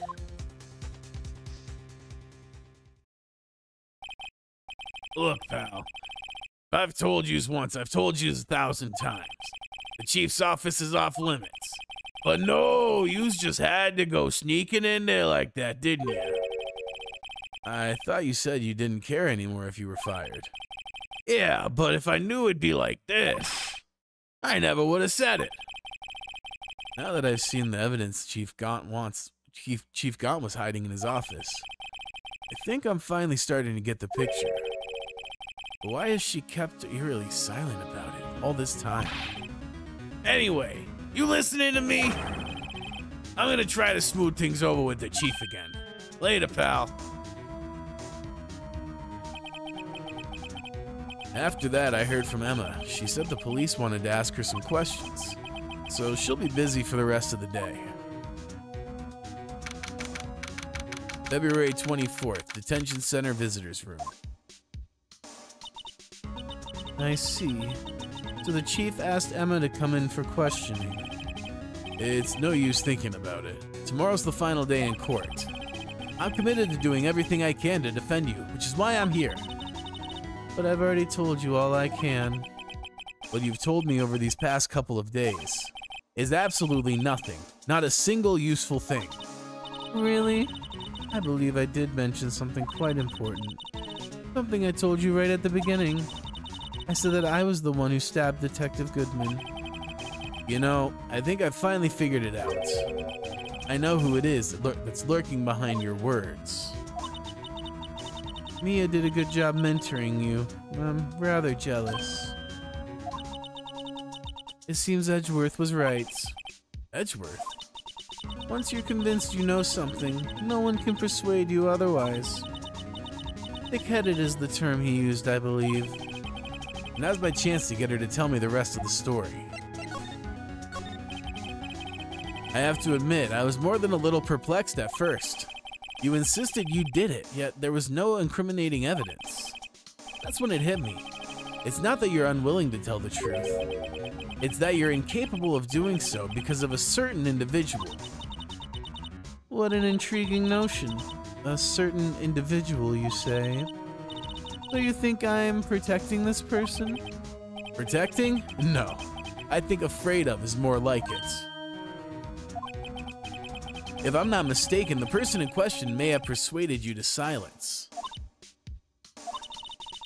For argument's sake, Mr. Wright, whom, may I ask, is this person you're speaking of? The one I'm supposedly so frightened of? What is this person's name? Well, Miss Guy? Mr. Wright, you are addressing the chief prosecutor. Do not forget your place. I take it she's still not ready to spill the beans. My apologies. Could you please tell me a bit more about what you think you know? We were partners until 2 years ago. I respected him as a detective. Assuming he is respectable, then tell me something. Why would he try to hide his crimes? His crimes? Both you and Edgeworth will be brought before a board of inquiry for what you did. Specifically, hiding and forwarding evidence. Of course, these are serious offenses. Why is it, though, that Chief Gaunt's name was never mentioned? Chief Gaunt? Edgeworth didn't know the truth behind the forgery. The only party who could have possibly tampered with the evidence was... me. I had access because I was second in command of that investigation. Yes, you, but also one other, Damon Gaunt. If you intend to accuse Chief Gaunt, you'll need more than just words. Show me proof that Chief Gaunt falsified evidence in that case. I just found this in a safe in the chief's office. This jar piece and this piece of cloth. Do you know what these are? They're pieces of evidence from the SL9 incident. The person concealing evidence was none other than Chief Gaunt himself. Now tell me, why are you taking all the blame for him? Touché, Mr. Wright. It's as you surmised. I cannot disobey the Chief's orders. Even if it means being found guilty for murder. Why not? Come now, Mr. Wright. You can't possibly expect me to be able to tell you that. 3 days ago, I had no choice but to cooperate. Excuse me. In the murder of Detective Goodman. Or perhaps I should say, follow orders. Yes, that's more accurate than cooperate. Although I can't tell you the details, I can say that I was given an order that day. I need you to dispose of Bruce Goodman's body. You'll find it inside the trunk of Miles Edgeworth's car. Just as I suspected. Despite what everyone believes, you were not the one who murdered Detective Goodman. Correct. I was trying to take the body out of Edgeworth's car. The trunk's lock was broken, and I discovered that murder weapon while inspecting the body. The murder weapon? You mean Edgeworth's knife? No. When I found the body, this was the knife stuck in it. The knife from the SL9 incident. Serial killer Joe Dark's knife. I couldn't just leave that knife in him. So I took it out and stabbed him with another knife. That would be Edgeworth's knife. That's right. Even though he was already dead, my hands were shaking at the thought of stabbing him. That's why I ended up cutting my hand. And that is the reason for the bandage on your right hand. Yes, it seems that I got blood on the victim's shoes as well. And then... she saw me just as I plunged the knife in. This star, huh?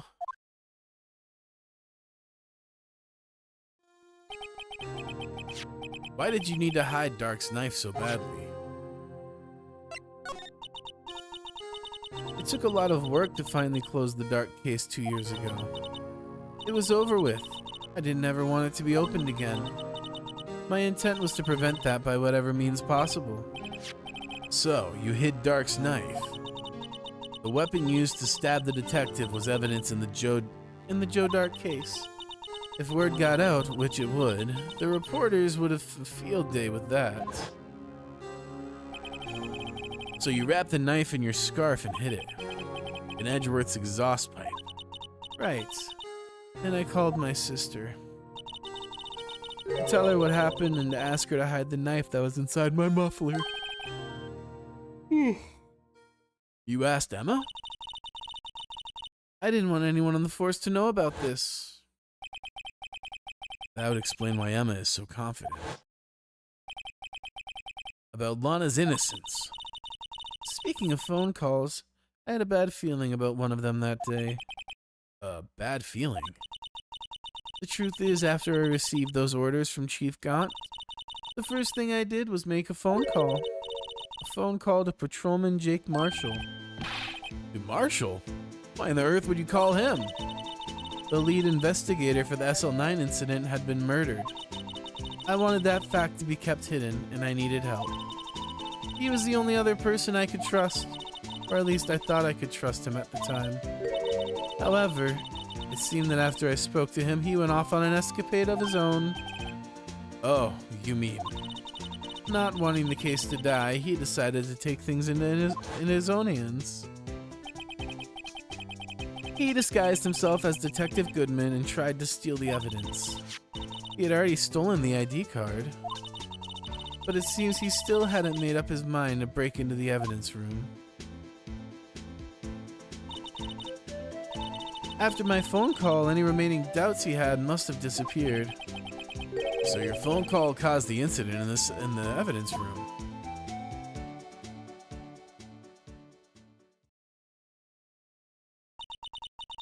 I'm afraid that's all I can tell you. But Lana... You've earned my respect, Mr. Wright, both as a defense attorney and an investigator. Now please, don't pursue this any further in court tomorrow. Tomorrow's trial. There's only one way to drive off Lana's demons. I've got to get to the bottom of everything.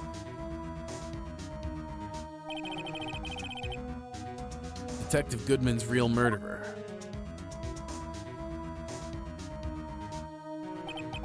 And what went down in the chief's office 2 years ago.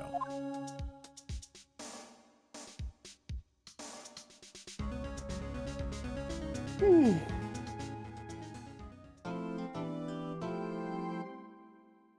see.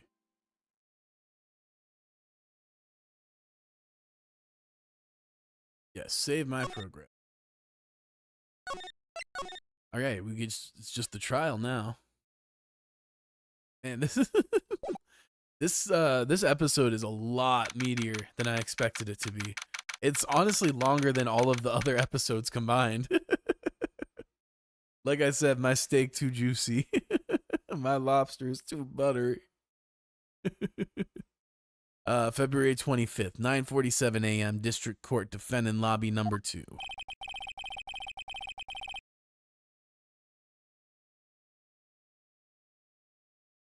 This is the defendant lobby, all right, but there's no defendant.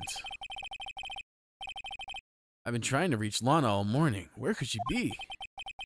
And where's Emma, for that matter? Almost seems as if something's been happening behind the scenes. Oh, Edgeworth.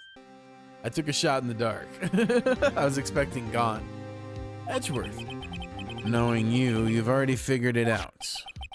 Who the owner of the 7777777 ID number is, that is? Well, I have a pretty strong hunch. Looks like I'm not the only one who's figured it out. You know, the only reason this trial didn't reach a verdict yesterday is because there was still room for doubt regarding this ID record. If that number does belong to whom you suspect, then no doubt will remain. After all, he hasn't been officially charged with anything. True, not yet. In any event, once all doubt has been removed from that list, I can call for a ruling. 5 minutes right, and Chief Prosecutor Sky will be found guilty. But she didn't do it. I figured you'd say as much. That's why I came here to hear what you have to say. This is the first time he's ever done something like this. Lana's hiding something, and the only way we'll ever know the truth is to draw it out of her. The truth? Everything goes back to the SL9 incident. Don't be stupid. Today is the last day of the trial. We don't have time to reminisce about the past. That depends on you. If she's found guilty, you'll lose your only chance to find out what really happened. I'll think about it. See you in court, right?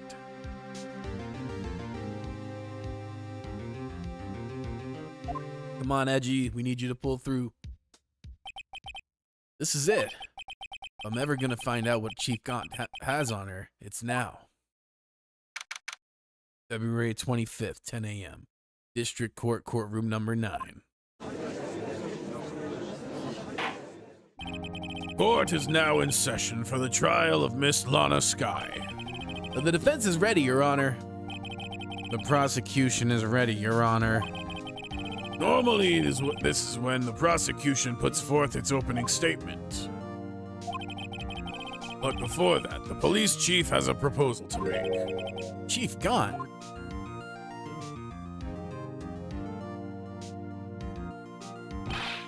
Morning, folks. How's everyone doing? Hey, Udgy, been back in the pool yet? No, I've been drowning enough as it is in my work. Oh, that's a good one. Don't think I can top that. If you don't mind me asking, Chief, exactly what is this proposal of yours?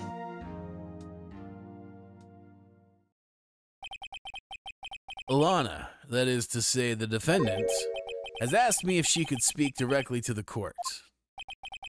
She wants to do what? Having heard what she intends to say, I feel she should be granted her request. In the end, it should save everyone a lot of time and trouble.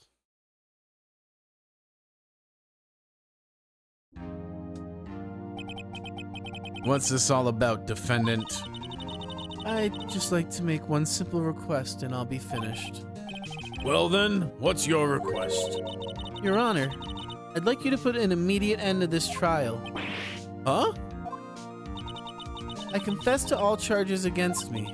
On February 21st of this year, I murdered Detective Bruce Goodman in the underground parking lot of the prosecutor's office. No, Lana! Objection! You can't! Your Honor, the defendant's claim does not change the defense's plea. In that case, Mr. Wright, I no longer require your services. But Lana! Your Honor, I hereby forfeit my right to an attorney. The prosecution may lack direct evidence against me, but it has sufficiently proven its case through testimony and circumstantial evidence. I would like you to render your verdict now, if you please. Well, the defendant certainly has the right to self-representation. Her request is legally valid, although this is an unprecedented situation. Indeed, it appears there's no further need to continue this trial, even if Mr. Wright may feel otherwise. This can't be happening. It appears the time for the verdict has arrived. This court finds the defendant... Objection! Edgy! One moment, Your Honor. Mr. Edgeworth.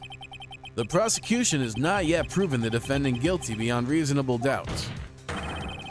Any ruling at this stage would certainly be premature. Come now, worthy. I understand that this is a difficult time for you, but why don't you just be a good little boy and keep your mouth shut,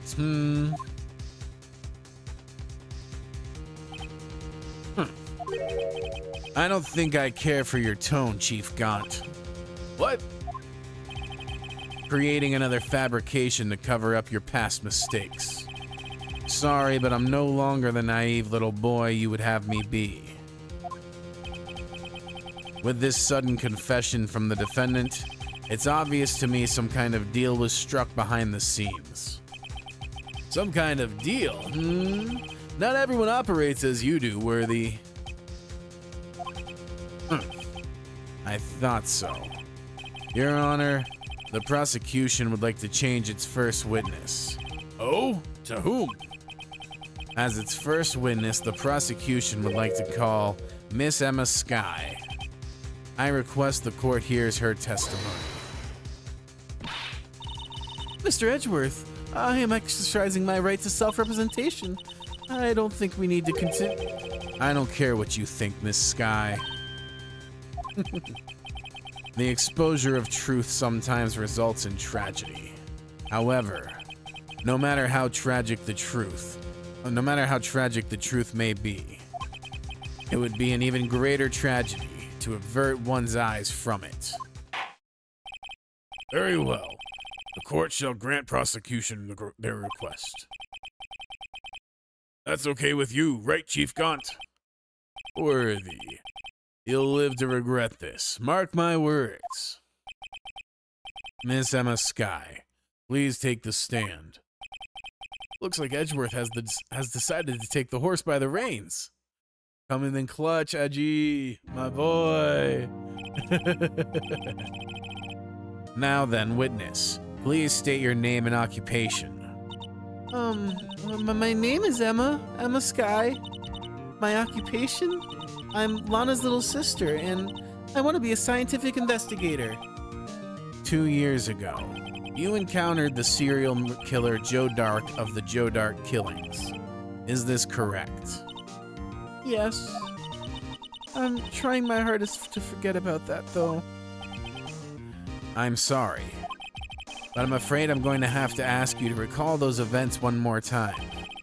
Mr. Edgeworth, please remember this trial concerns the murder of Detective Goodman.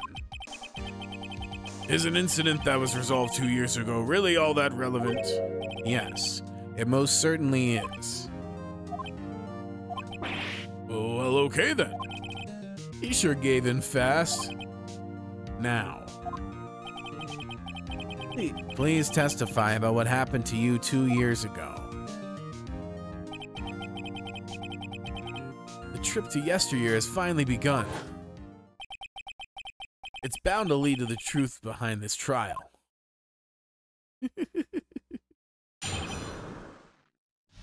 Alright. I was waiting in my sister's office that day. A man came running in and took me hostage.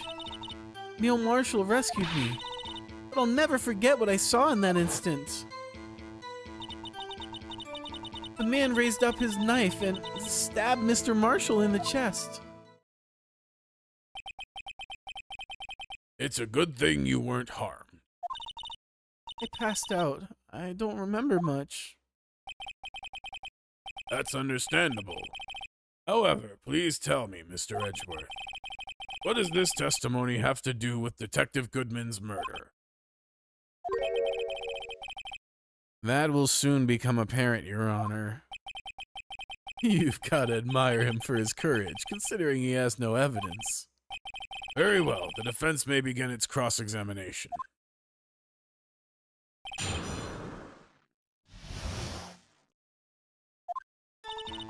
Okay. Let's press. 2 years ago, the defendant was a detective at the police department, correct? Yes. She was second in command under the deputy of Chief Police Gaunt.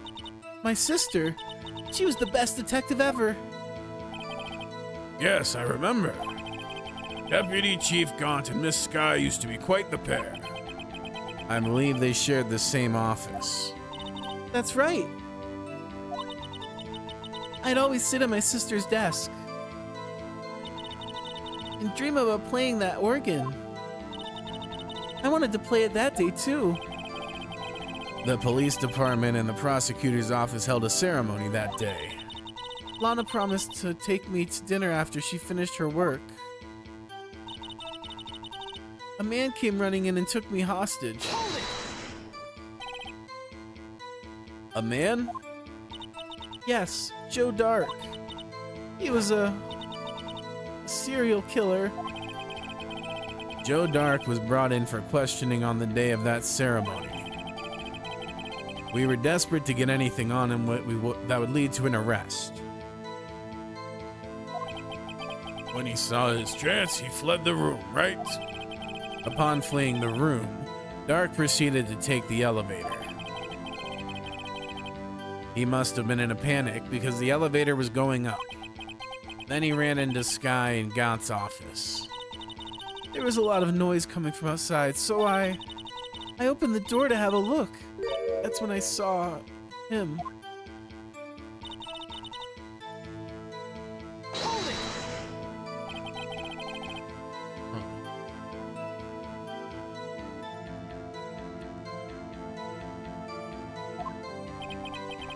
That day, there were two people present during Dark's questioning. Deputy Chief Damon Gaunt and Prosecutor Neil Marshall. Almost forgot about Gaunt. Neil Marshall had just... Oh, here comes ads. Please hang tight. It'll be a few minutes of ads, and then we're free for another hour. Appreciate y'all. Neil Marshall had just received the King of Prosecutors Award. Young and dedicated, he went straight to questioning room after the ceremony.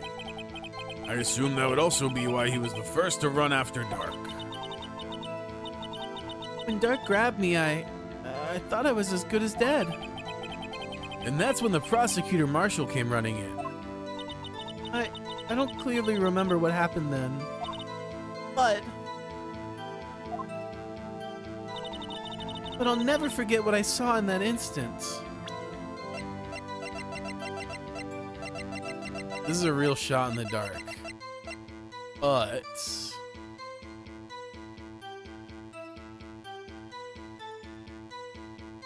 Objection!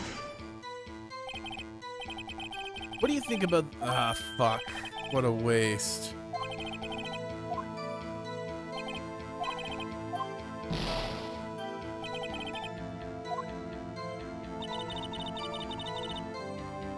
Hold it! Alright.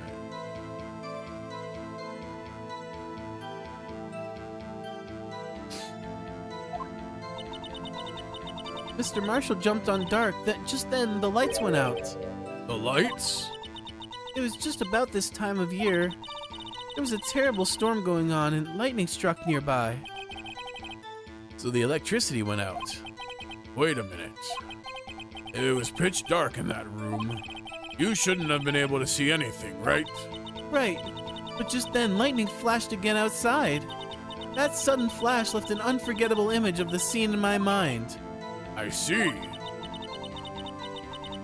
I told the detective about what I saw then.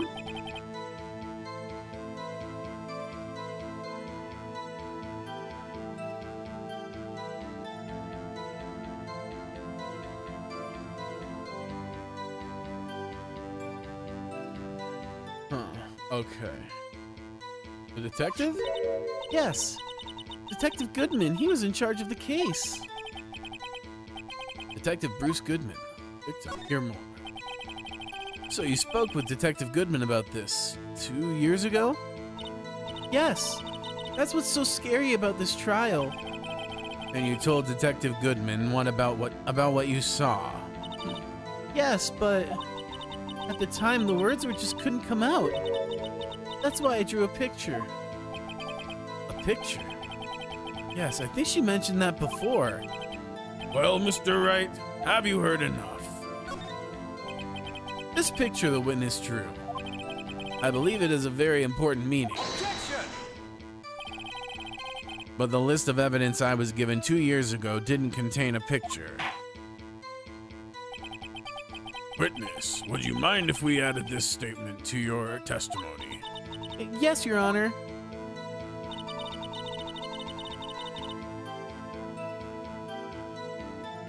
Now I present this, right? Objection! Mr. Edgeworth, This little girl put all her heart into drawing that picture. And yet you would insist on denying its existence? Huh? Hey, I'm not the bad guy. All I'm saying is that as the prosecutor for that case, I wasn't handed such a picture. That may well be, but that doesn't mean it doesn't exist. Behold! This is the evidence list for the SL9 incident. Please turn it over, Your Honor. Turn it over. Turn it. Ah, what's this? Yes. What is that? Hey, that's it. That's the picture I drew.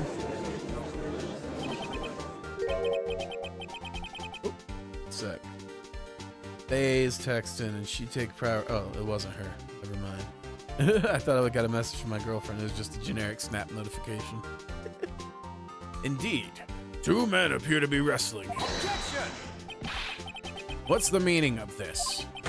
What are you doing with that list? Me? Only the prosecutor in charge should have access to that list. These lists, they're different from each other. What?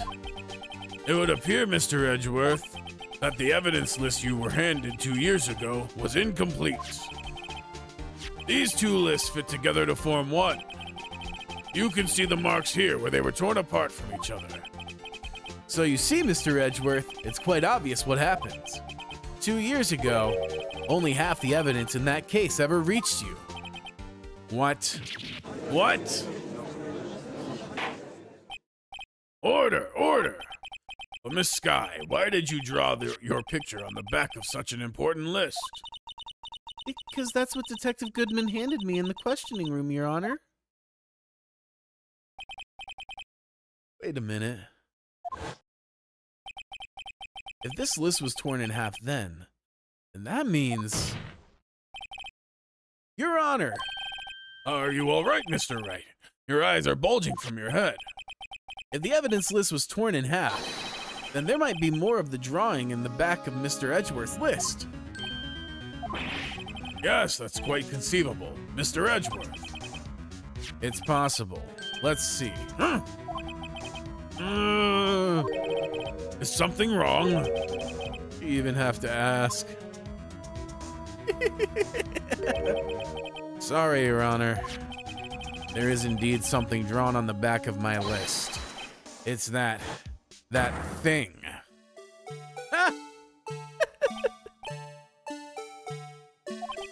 That's that thing. That thing that was dancing in the evidence room. Clearly, this act of vandalism is the work of a certain chief of detectives. I guess he was out of scrap paper.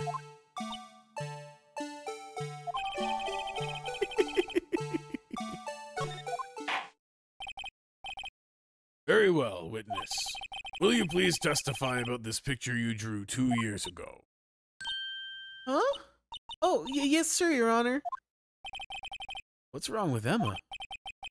She seemed to be thinking about something when she was looking at the picture.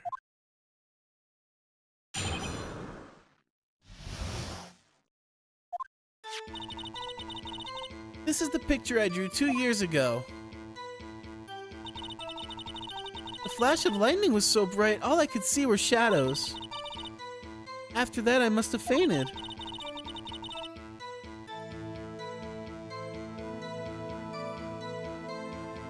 This picture shows exactly what I saw in that instant.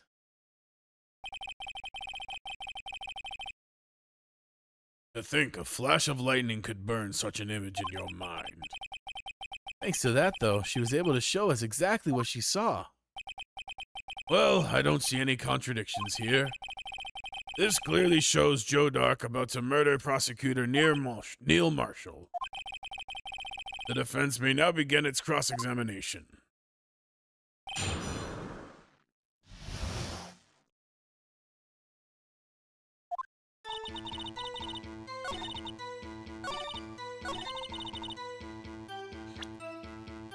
All right.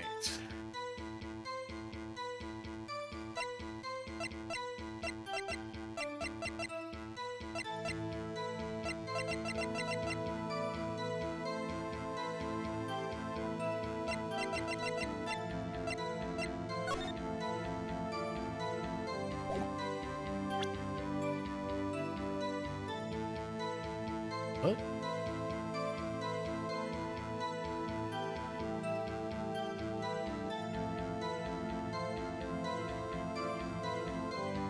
Uh-oh. I think I am missing a piece of evidence.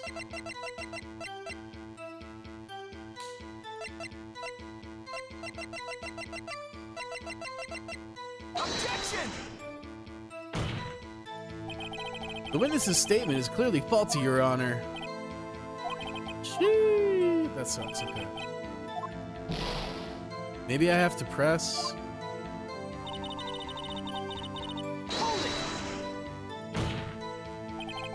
Sorry for asking so many times, but are you sure you drew exactly what you saw? Of course. This is the exact scene. It wasn't influenced in any way from your talks with the detectives. Are you insinuating we somehow manipulated her memory, Mr. Wright? No, of course not. I better watch out or he might find some way to cut my salary. I drew this picture before I heard anything from the detectives, so I don't think anyone's story would have influenced me. Mr. Wright, is there something that's bothering you about this picture? Huh? Oh, well... That's strange. She claims this is exactly the scene she saw that was imprinted in her mind. And yet, there's clearly a contradiction here.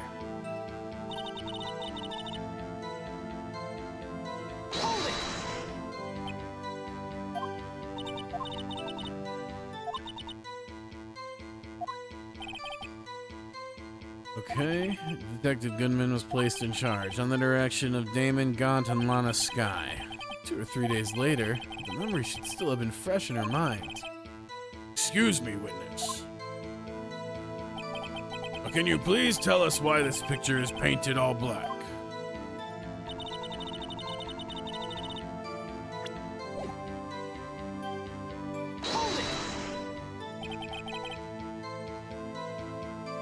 So at the time, you didn't even know who it was the marshal had come to your rescue. I'm missing something.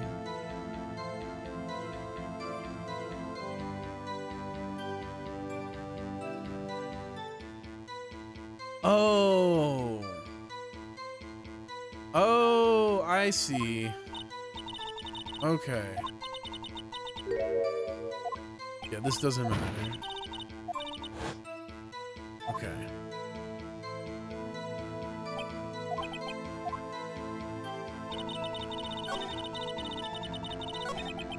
Fuck. Now I gotta go through the loop again. Okay, come on.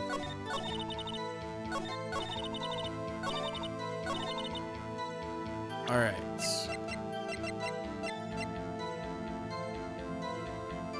Objection! Now, I hate to be the bearer of bad news, but this picture the witness drew contains a blatant contradiction. What?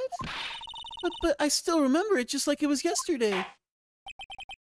Mr. Wright, perhaps it would be faster if you simply pointed out this contradiction for us. What part of this picture contradicts the autopsy report? Right. This, because it's not pointy. Take that! I was trying to, get at that at different ways. Sometimes I realize, when I get stuck, it's not that I have the wrong solution. I just don't know the right, path to present that solution, you know? The contradiction, of course, lies here. Take a look at the knife the man is holding. If you look closely, you can see its tip is broken. Even I don't have to look closely to see that, Mr. Wright. But Mr. Wright, look at the evidence. See the murder weapon? Its tip is broken too. If I recall, the tip of the knife was found broken off in the victim's body. It was a conclusive piece of evidence that proved Joe Dark was the murderer. I'm afraid it's not so simple, Emma. Objection! And where, pray tell, could you possibly see a problem? It's obvious, really. The victim suffered a single stab wound to the back. If the victim was only stabbed once, then the murder weapon should not yet be broken. True. Ah!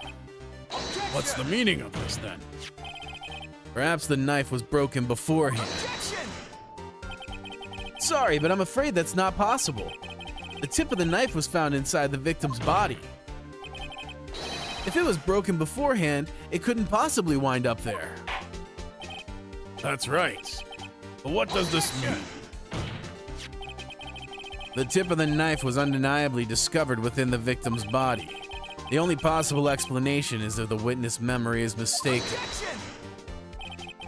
That's why I asked her so many times if she was sure she remembered correctly.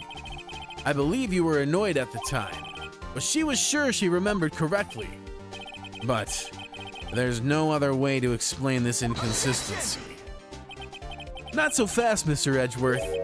There is another explanation. Have you forgotten already? About a little something called falsified evidence. You're treading on thin ice, right?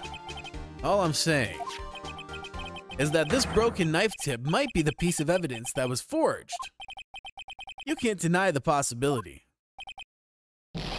No. Ah!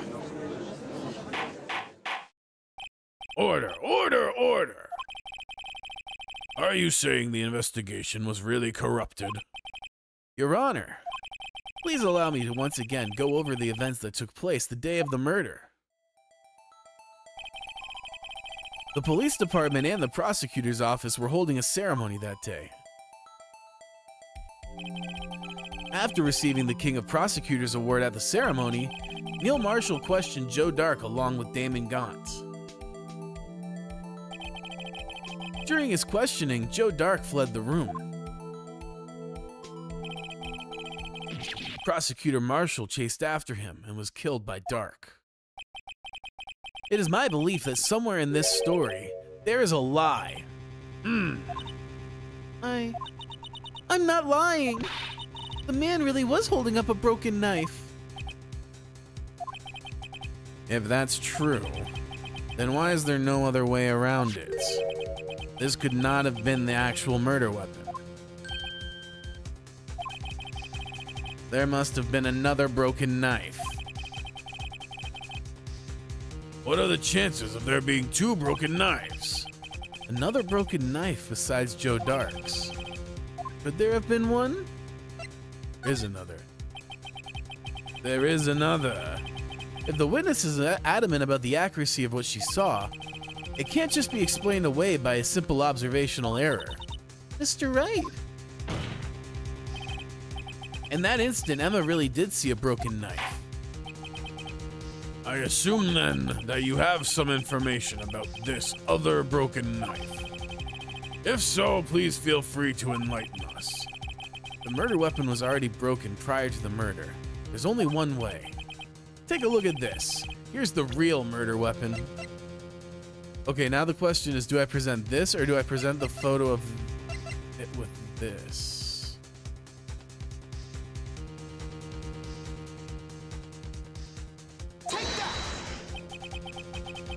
The answer lies in the past. 2 years in the past. Right here inside this picture. This picture of the awards ceremony.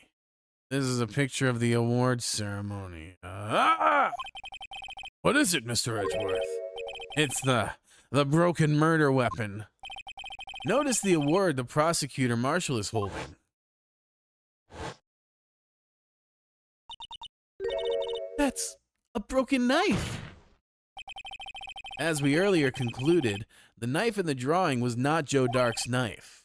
That being the case, the knife the witness saw was in all likelihood from the award. Oh boy, we getting real now. Order, order, order. Neil Marshall was awarded King of Prosecutors that day. As an award, he was given this broken shield and a knife. When he chased after Joe Dark, he pulled out this knife. Being a prosecutor, he did not carry a pistol. This broken knife was the only weapon that he had in his dangerous situation.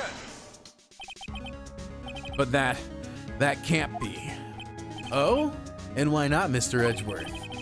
Because if the King of Prosecutors Award knife was the murder weapon, then the murderer and the victim would be reversed. What do you mean? I mean... This man's raising a knife would have been the prosecutor Neil Marshall. Oh. Oh. Interesting. But the prosecutor was the one who actually died. That's true. What's going on here? It seems Mr. Wright has been a bit too eager to jump to conclusions. Who's that? Oh, Emma. Wait. I remember now. I remember everything. Witness? Mr. Edgeworth, What is it? could you show me your evidence list again, please? His list? The one with that picture scribbled on the back?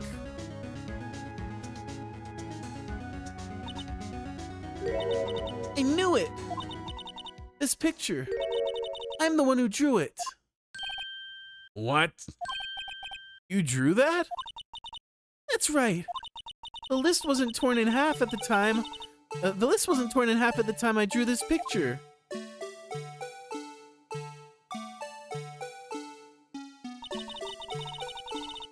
All this time I've been trying so hard to forget.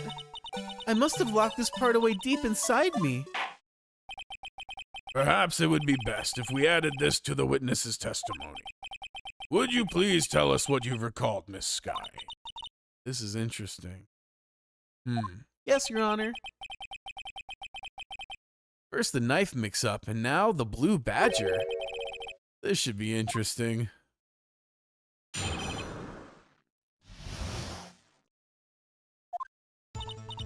When I saw that man raise his knife, I panicked and rushed toward the both of them. I think I knocked away the man with the knife. Just then there was another flash of lightning, and that's when I saw the blue badger. He wasn't in the room, but I'm sure I saw his shadow.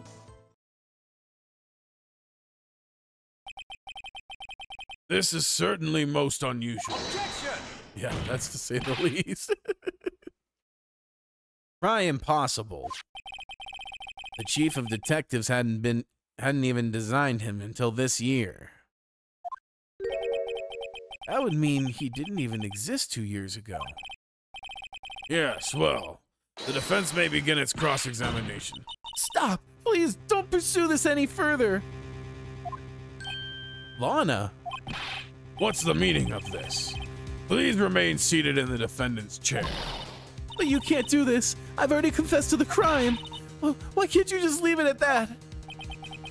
Chief Prosecutor Sky. We've already come this far.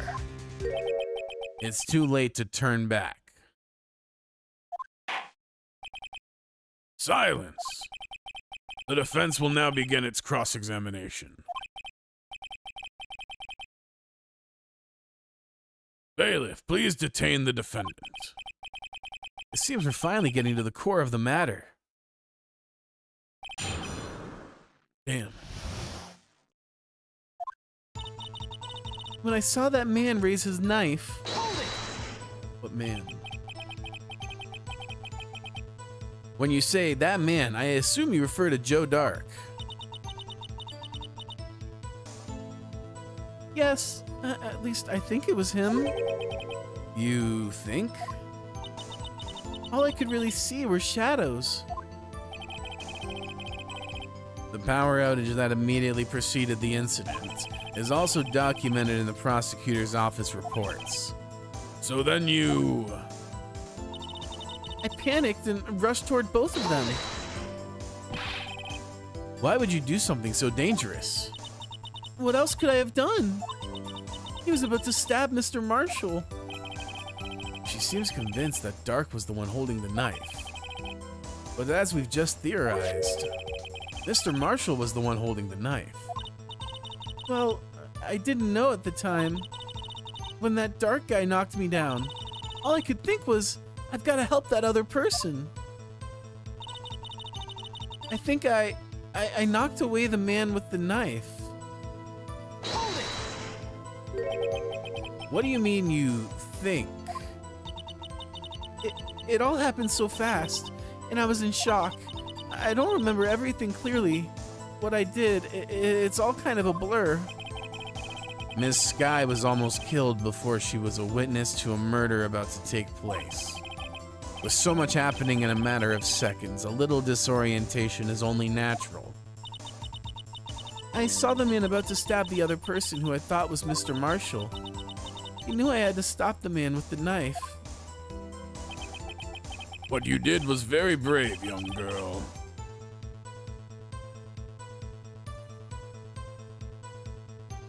So what happened next? Just then there was another flash of lightning. That's when I saw the blue badger.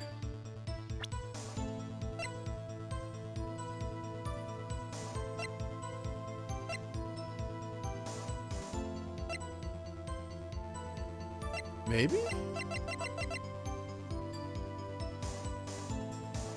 Seems kind of like a stretch. The mysterious blue badger was in fact this. Really? But that's... what exactly is that? I believe it's some sort of jar. But Mr. Wright, that doesn't look anything like the blue badger. Indeed, it doesn't.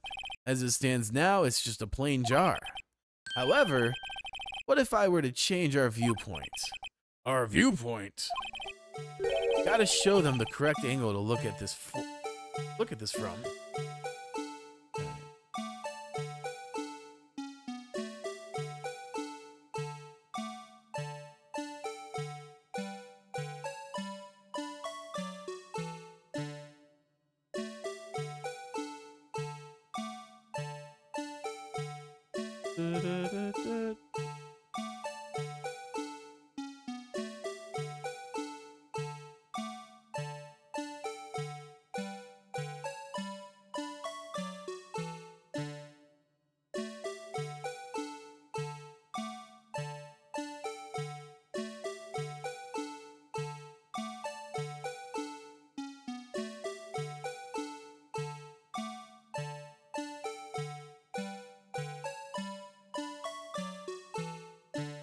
I guess?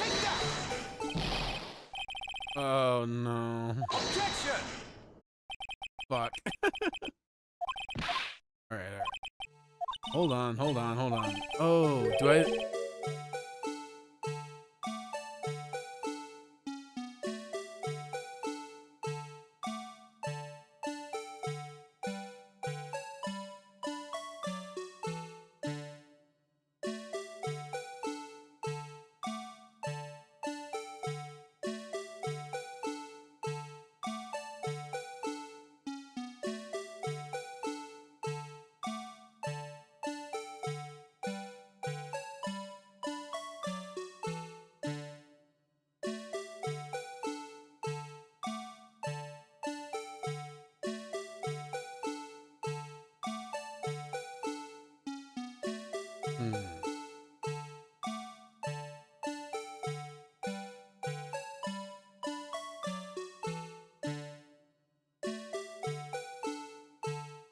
Fuck. How do I make this look like a fucking badger?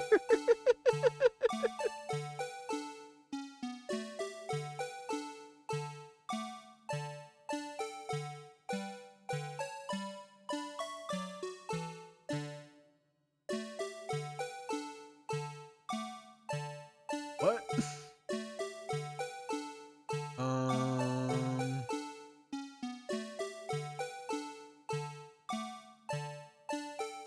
Is that not what I did? Oh, whatever. So...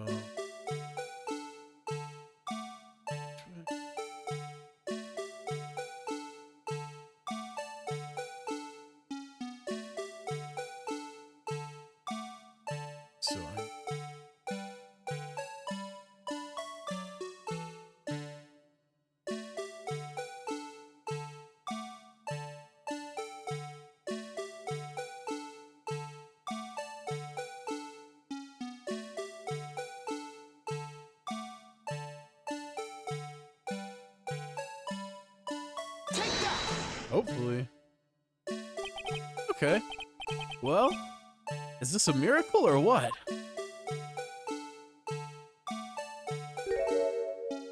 No one can possibly deny this jar's resemblance to the blue badger.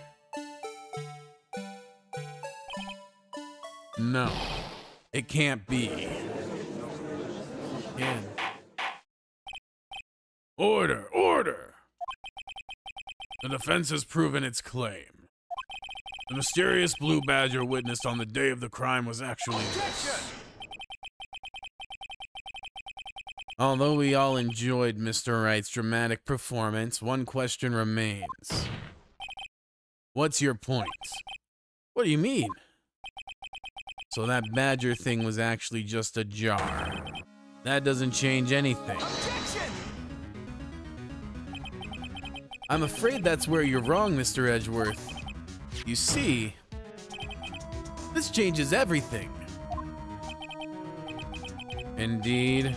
Very well then, please tell us. What's the difference now that we know the witness saw this jar?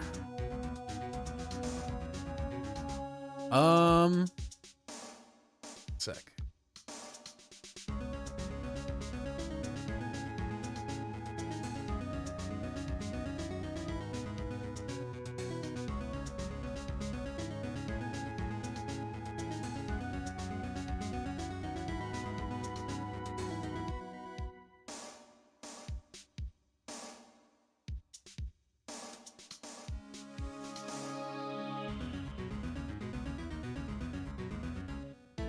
All right.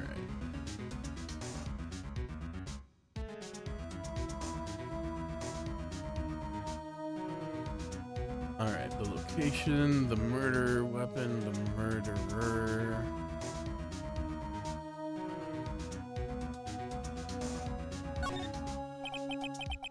Allow me to take these in turn. At the moment of the murder, the witness saw this jar. And that very specific angle, I might add, Mr. Wright. Yes, well, knowing this, where could she have seen this jar? Where? The location of the jar is shown in a picture taken on the day of the crime. It's on a shelf in the office of Damon Gaunt. But the body was found lying near Lana Sky's desk. The witness testified so herself.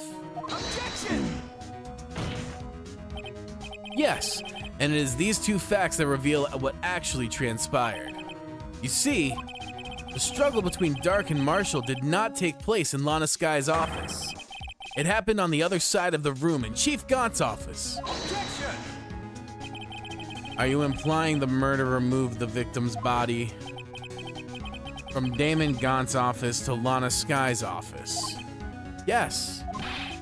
Why would he do that? There's no reason. Exactly. If there wasn't a reason, he wouldn't have gone through the trouble. The only logical conclusion is that there was a reason.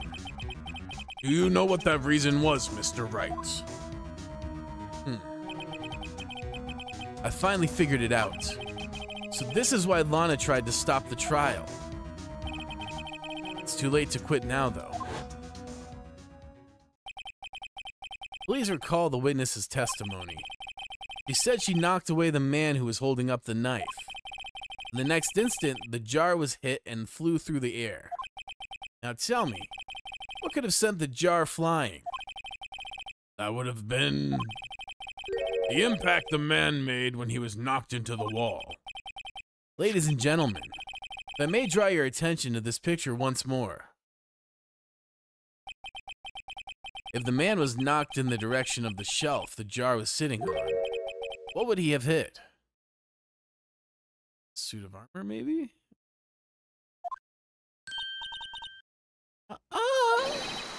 A suit of armor, holding a very sharp and dangerous looking sword.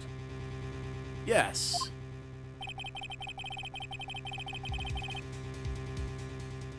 And since the man who was knocked into the armor was carrying a broken knife,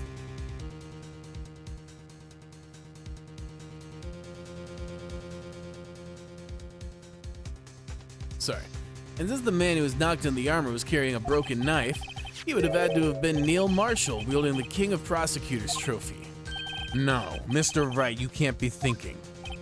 Yes. There's another possibility of what actually transpired in that room. Another possibility? Of course, the perpetrator would have had no idea, but nevertheless. I don't know if I can go through with this. Mr. Wright, what's the matter? If events took place as the defense theorizes, then the outcome is obvious. In that moment, assuming the man Emma Skye knocked away was actually prosecutor Neil Marshall.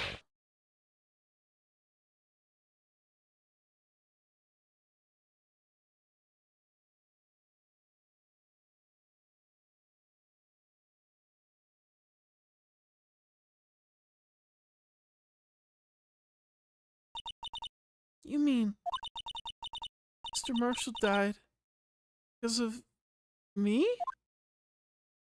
Damn. No!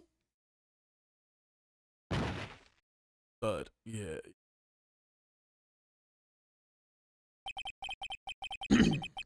I never imagined her testimony would lead to this. So it was the witness who took the victim's life, and then proved so with her own testimony. This is unprecedented.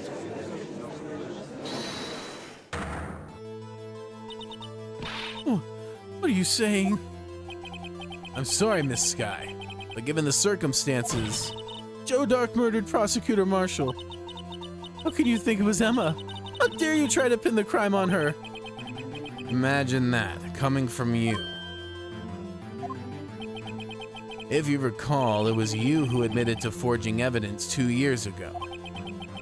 The reason you moved Prosecutor Marshall's body was to keep anyone else from finding out about what Emma did, wasn't it? I assure you, Mr. Edgeworth, I have no idea what you're talking about. If you hope to have anyone believe your insane allegations, I'm afraid you're going to have proof. Tell me, do you have any conclusive evidence that proves my sister killed Neil Marshall? Evidence? I'm willing to bet you don't. Yes, it certainly would be difficult to prove this with evidence. If we don't have evidence, then we'll have to rely on testimony. I'm afraid that won't work in this case. Both parties involved in the incident are dead. We certainly can't get dead people to testify. This has been a wild goose chase from the beginning. Touché, Miss Skye. Of course, that only leaves us with one possibility. You mean, there's still another possibility?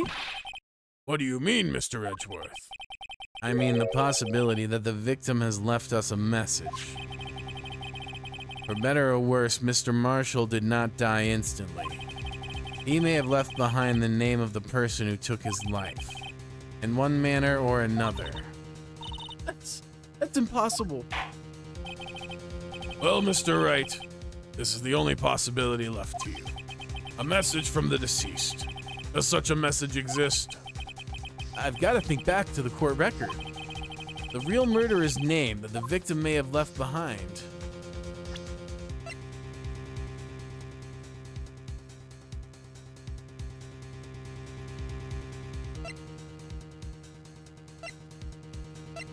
Huh.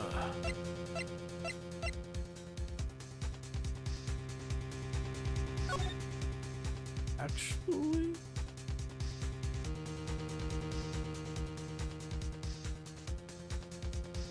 Yo.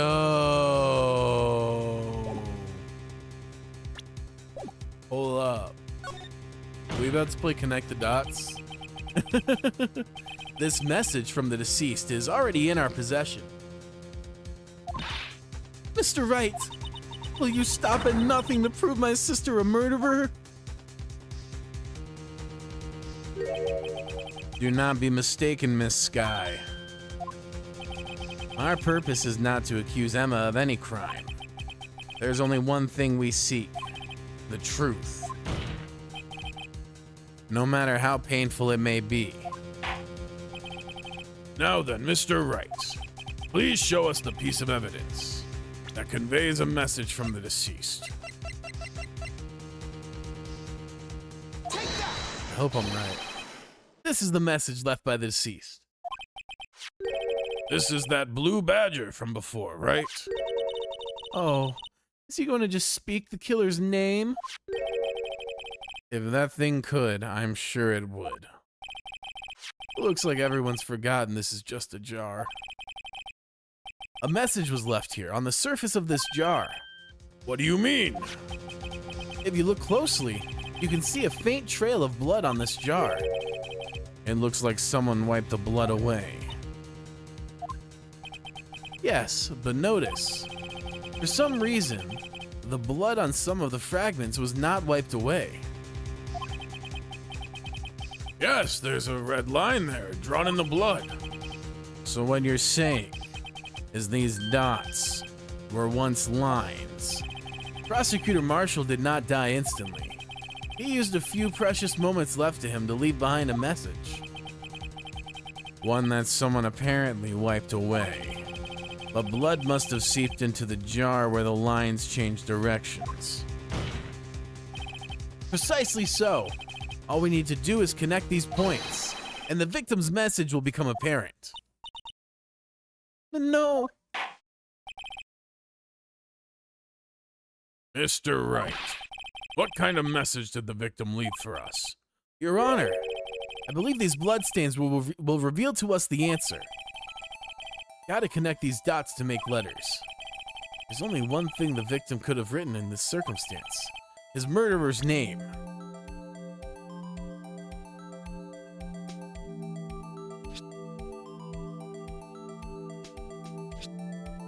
Yes.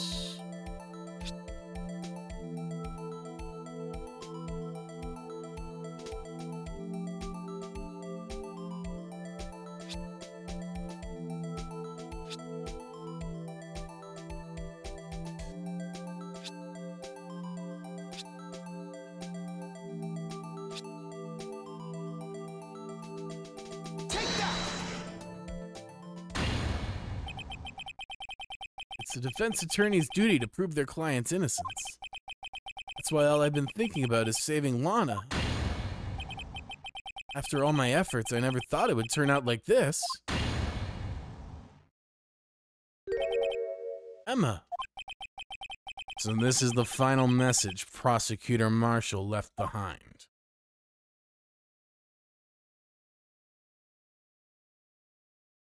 Damn.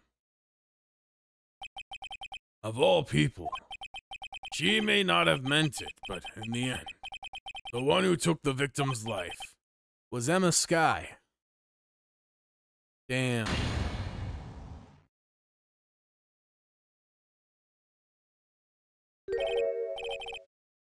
Seaworthy? Can't say I didn't warn you. Chief Gaunt, do you understand the implications of what you've done? What are you talking about? 2 years ago, Joe Dark was sentenced to death. He was convicted because of his final murder. I believe you were the prosecutor in that case, were you not? Ah. Yes, Worthy. Because of you, an innocent man was sentenced to death. Not only that, but you used forged evidence to ensure his conviction. Objection! But Joe Dark really was a serial murderer. That's undeniable. I'm afraid that's not important. Didn't you know we aren't defenders of justice? What? We're merely keepers of the law. Sentencing a man to death is no light matter. Even if there wasn't any cover-up or evidence forgery, ultimately the responsibility falls on the prosecutor in charge.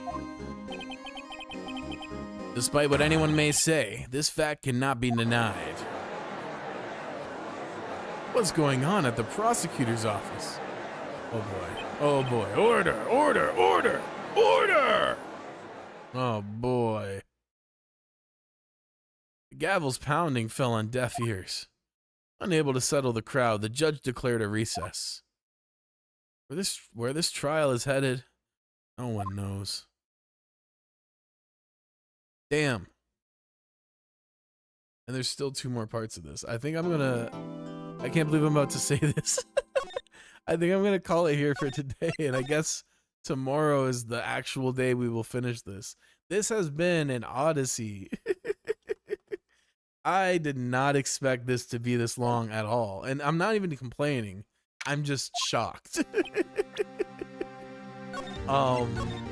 Anyways, I appreciate y'all hanging out and spending some of your time with me. I hope you had fun. I sure had a blast.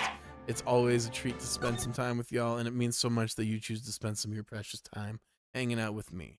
All that said, I hope you have a great rest of your week, and I will see you next time. See you later, Lesbian Master. I hope you have a great rest of your Wednesday, and everyone have a great rest of your week. I'll see you tomorrow for some more, and until then, peace.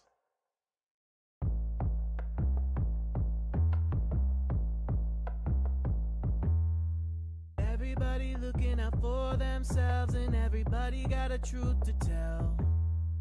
Everybody got a book they want to sell to everyone else. Everybody got their own agenda, everybody wants you to buy. And no one gives a fuck if their bullshit hustle makes somebody end their life. Oh, I just wanna make money, just wanna make money, don't care in the end who it turns to a friend or foe, or what it does to the folks I know. I just wanna make money, just wanna make money. Who knows what it'll cost in the end? I'll deal with that then.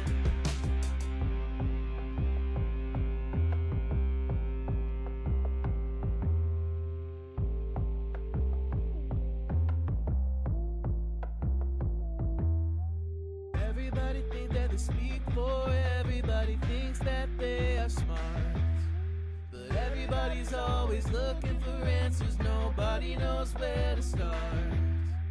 Everybody thinks someone should save them, but nobody comes to their call.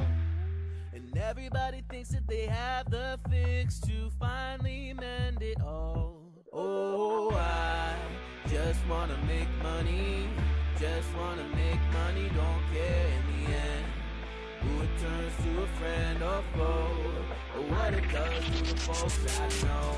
I just wanna make money, just wanna make money. Who knows what it'll cost in the end? I'll deal with that then.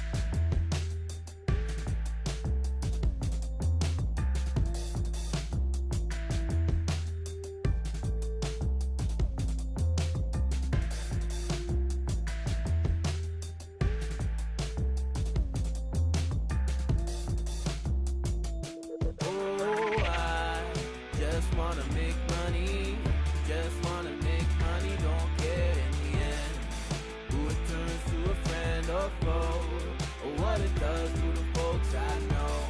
I just wanna make